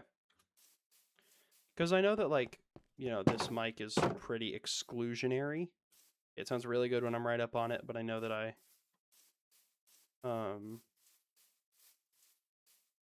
oh, does it work with every single, like, browser? It's able to individually turn up their volumes? But I know, like, with this mic, it's a Lawton LS208. and it's like fantastic for voice recording if you're right in it. It's nowhere near as bad as my my Shure, my SM57. Let me go yoink that real quick. I have that laying. Arms around here.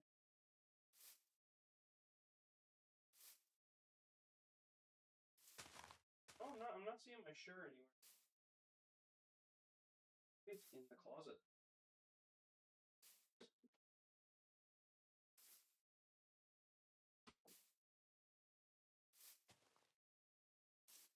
Well, I have another mic called SM57. If you look up a photo of it, you'll understand what I'm talking about. It looks like a little wand.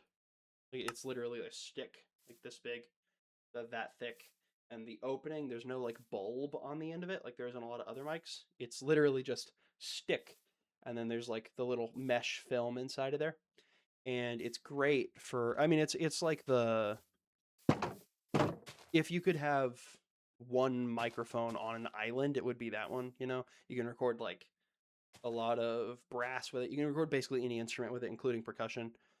You can record vocals on it pretty well. It really does so much good stuff. But it, unless you're talking like straight into it, straight down its barrel, it is not getting anything. It'll sound like you're I don't know if you've ever been to like a big wedding venue that was empty and heard someone talking from like a room next to the room you're in. It was like super echoey and oh, okay. Well, guess that baby cow got out. I'm gonna wait for him to grow up, then I'll kill him. But it sounds kind of like that. Yeah, dude, the grunts. If it was from one of the IMC grunts, they will just beat you to death with their hands. Like they, if not, and it's with a Titan, they'll also just beat you to death with their hands. Oh, another mech. Yeah, I mean, it's they'll just punch you, just really hard in the mouth. They are indiscriminate with it.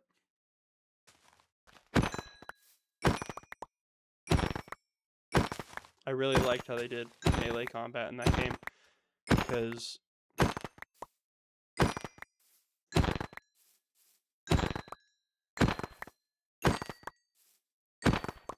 it feels so impactful.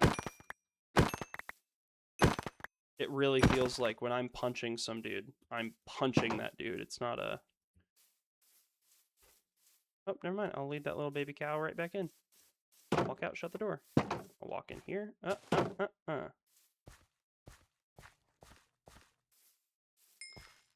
Gonna feed all of these little sheepies. Sometimes I play a game like Minecraft, and I get a bunch of sheeps or cows, and I'm like, oh, they're so cute. They're oh so cute. It makes me think about doing animal husbandry in real life. And then I'm like, they produce so much poop. And then it all goes away.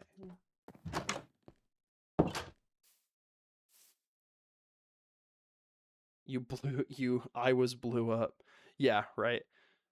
1 billion times.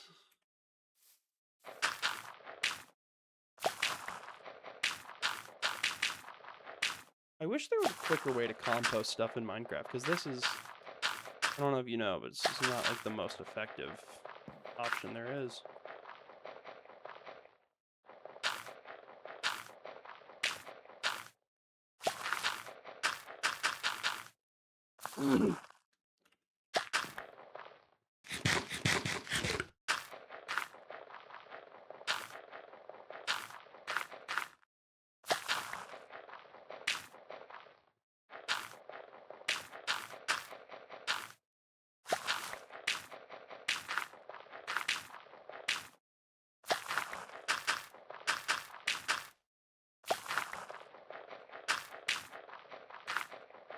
Having fun playing a little mini game, trying to keep them all at the same number. Oh, yeah.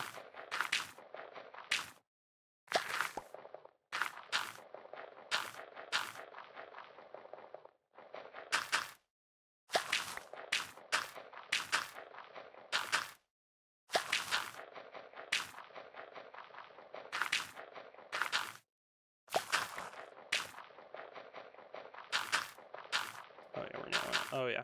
Oh, yeah. Help, sorry.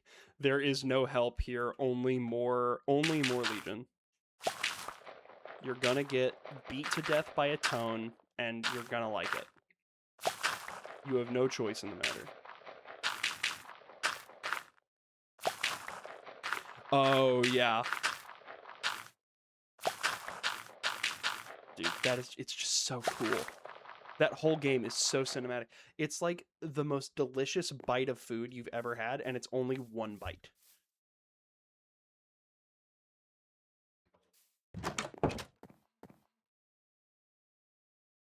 Like, playing Titanfall is just a magical experience.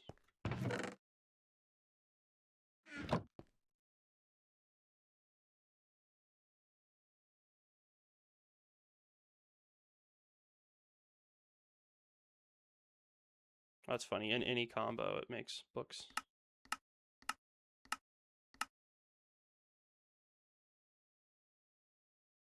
I think I'll only need 11, but we'll see.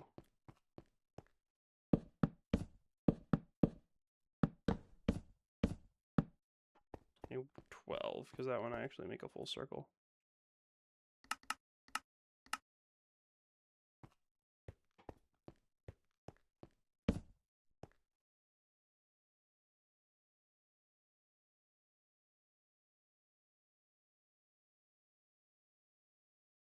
Excellent, excellent.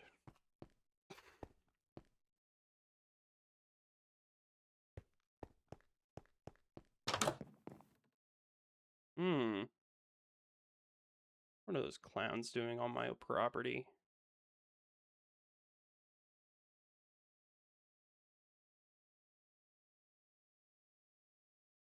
Let's see, is my hair all goofy? No, it's not. Nice.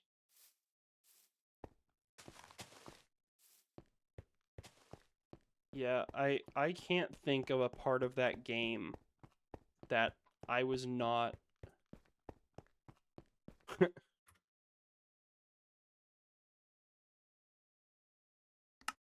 Yeah, I think I'm gonna murder them.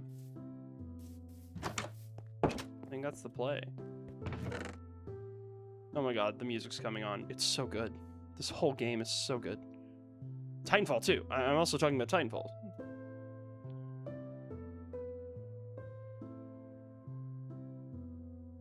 Yeah, your message got auto-moderated because you said fuck, so I let it through. Don't worry. The swear police are not gonna get you today.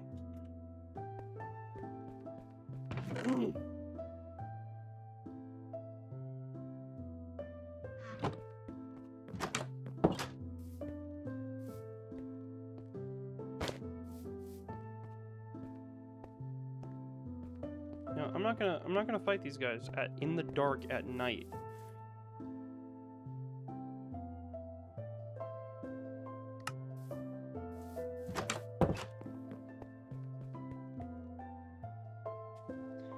Yeah, the melee, I mean, it even feels good against robots when you know you're just destroying your fist on those things.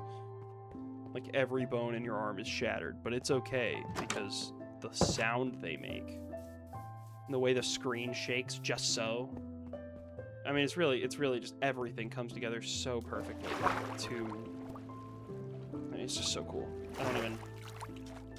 Don't even get me started. You've already got me started.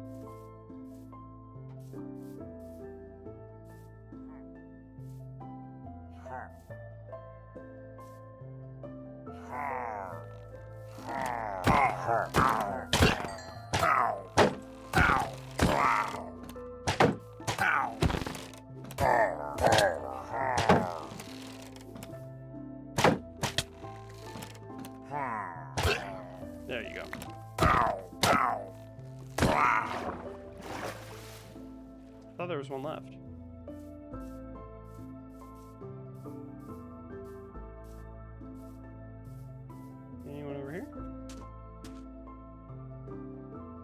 Yeah, no, the movement in that game, I mean, not just the movement, but the movement plus the melee plus, I mean, the gunplay is so good. And we'll never see a Titanfall 3. We're never going to see a Titanfall 3. It's just a crying shame.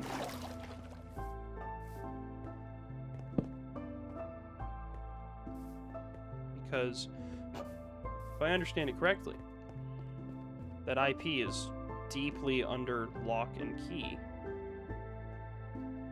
Excuse me.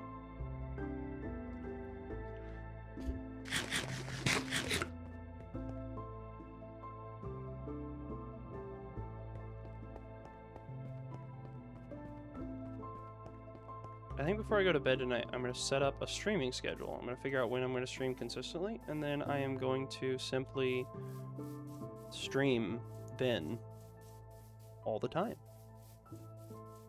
I think I'm going to do Sundays or Minecraft. I'll stream every Sunday night. Or maybe Sunday midday, I'm not sure. But probably Sunday night. Let's think. Saturday and Sunday, probably both.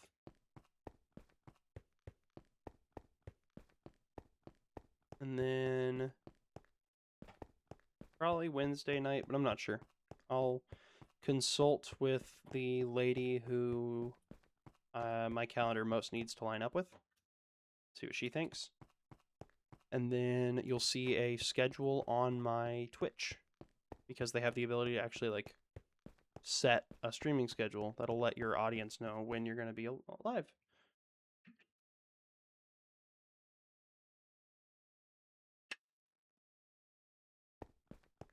So, yeah.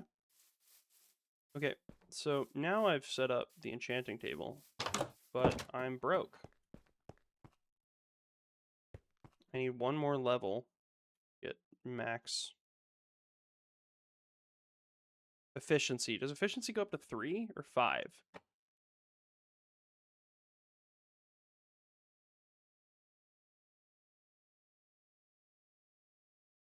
Efficiency goes up to 5, right?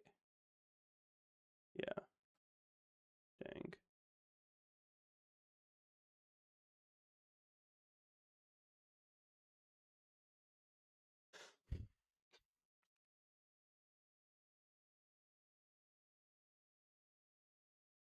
Noticeable performance benefit.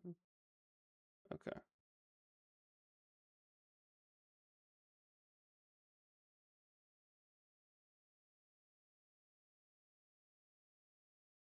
Okay, coolio. So it looks like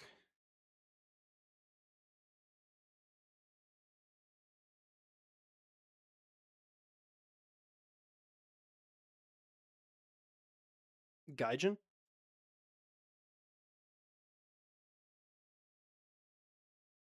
I don't know, ball.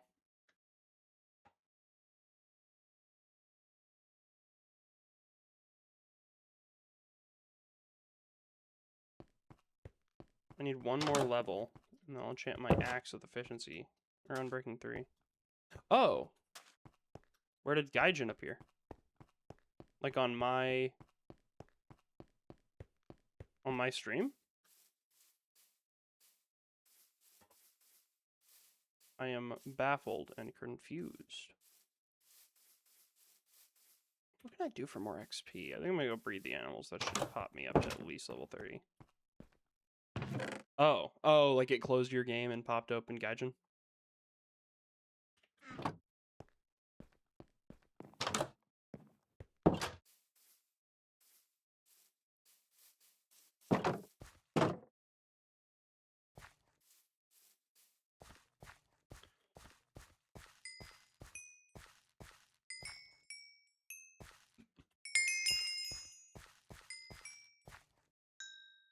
Huh.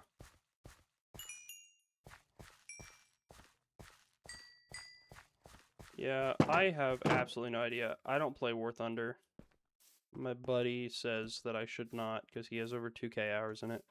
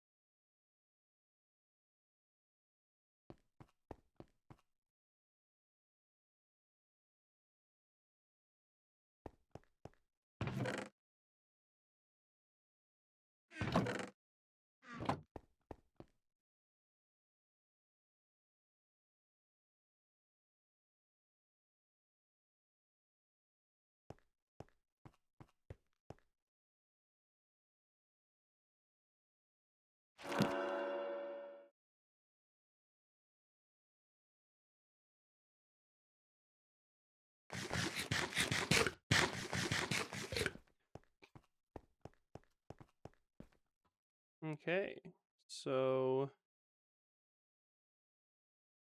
need more XP. Still waiting on all my animals to grow / breed.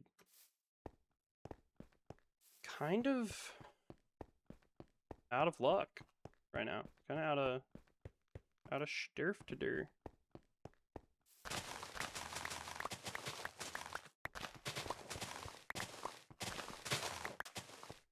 Yeah, right. You just destroy your shin on it.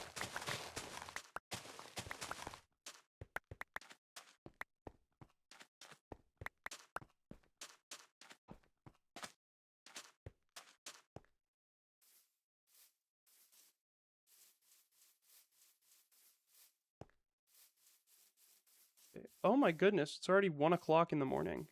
Almost.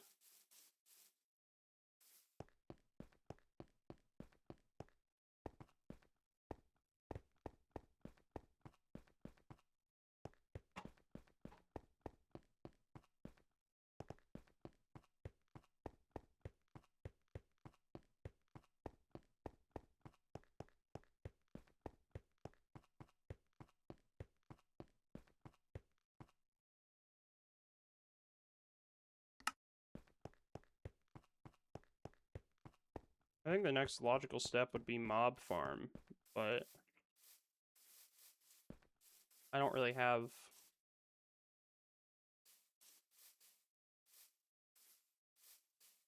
time tonight.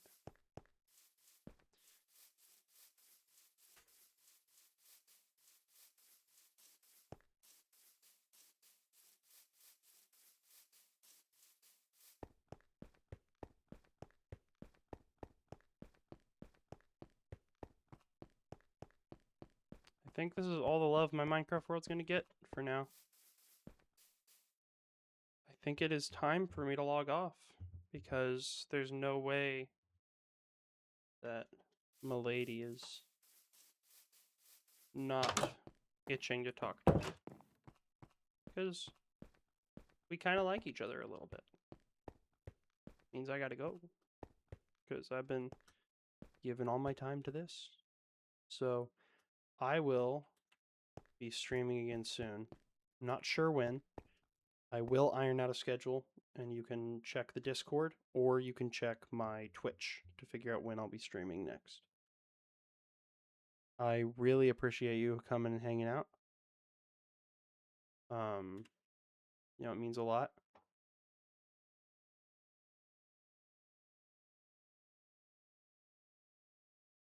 So, yeah, I mean, thanks for coming and hanging.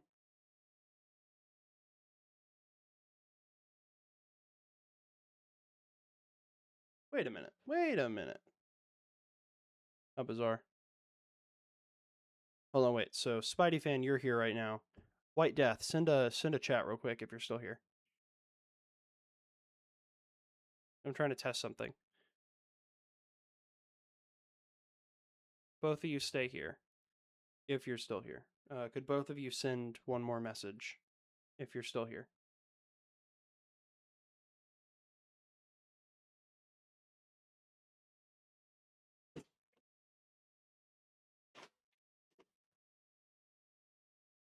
Okay, pizza time.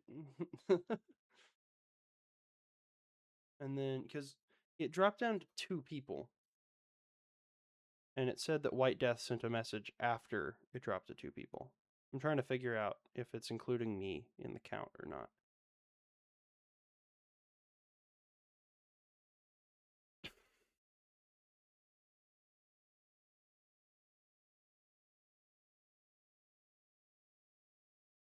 Huh.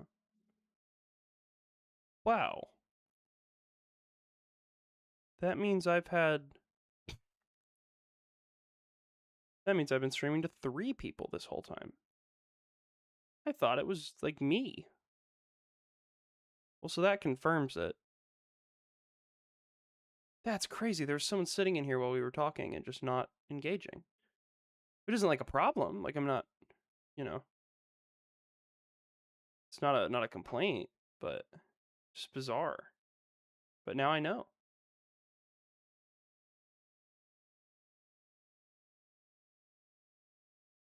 Well, thank you guys for hanging out. it's been great. I will let you guys know, or you'll see my streams if you're following me, and I'll set that schedule up officially so that it's predictable. It's been great hanging out with you guys. Good night.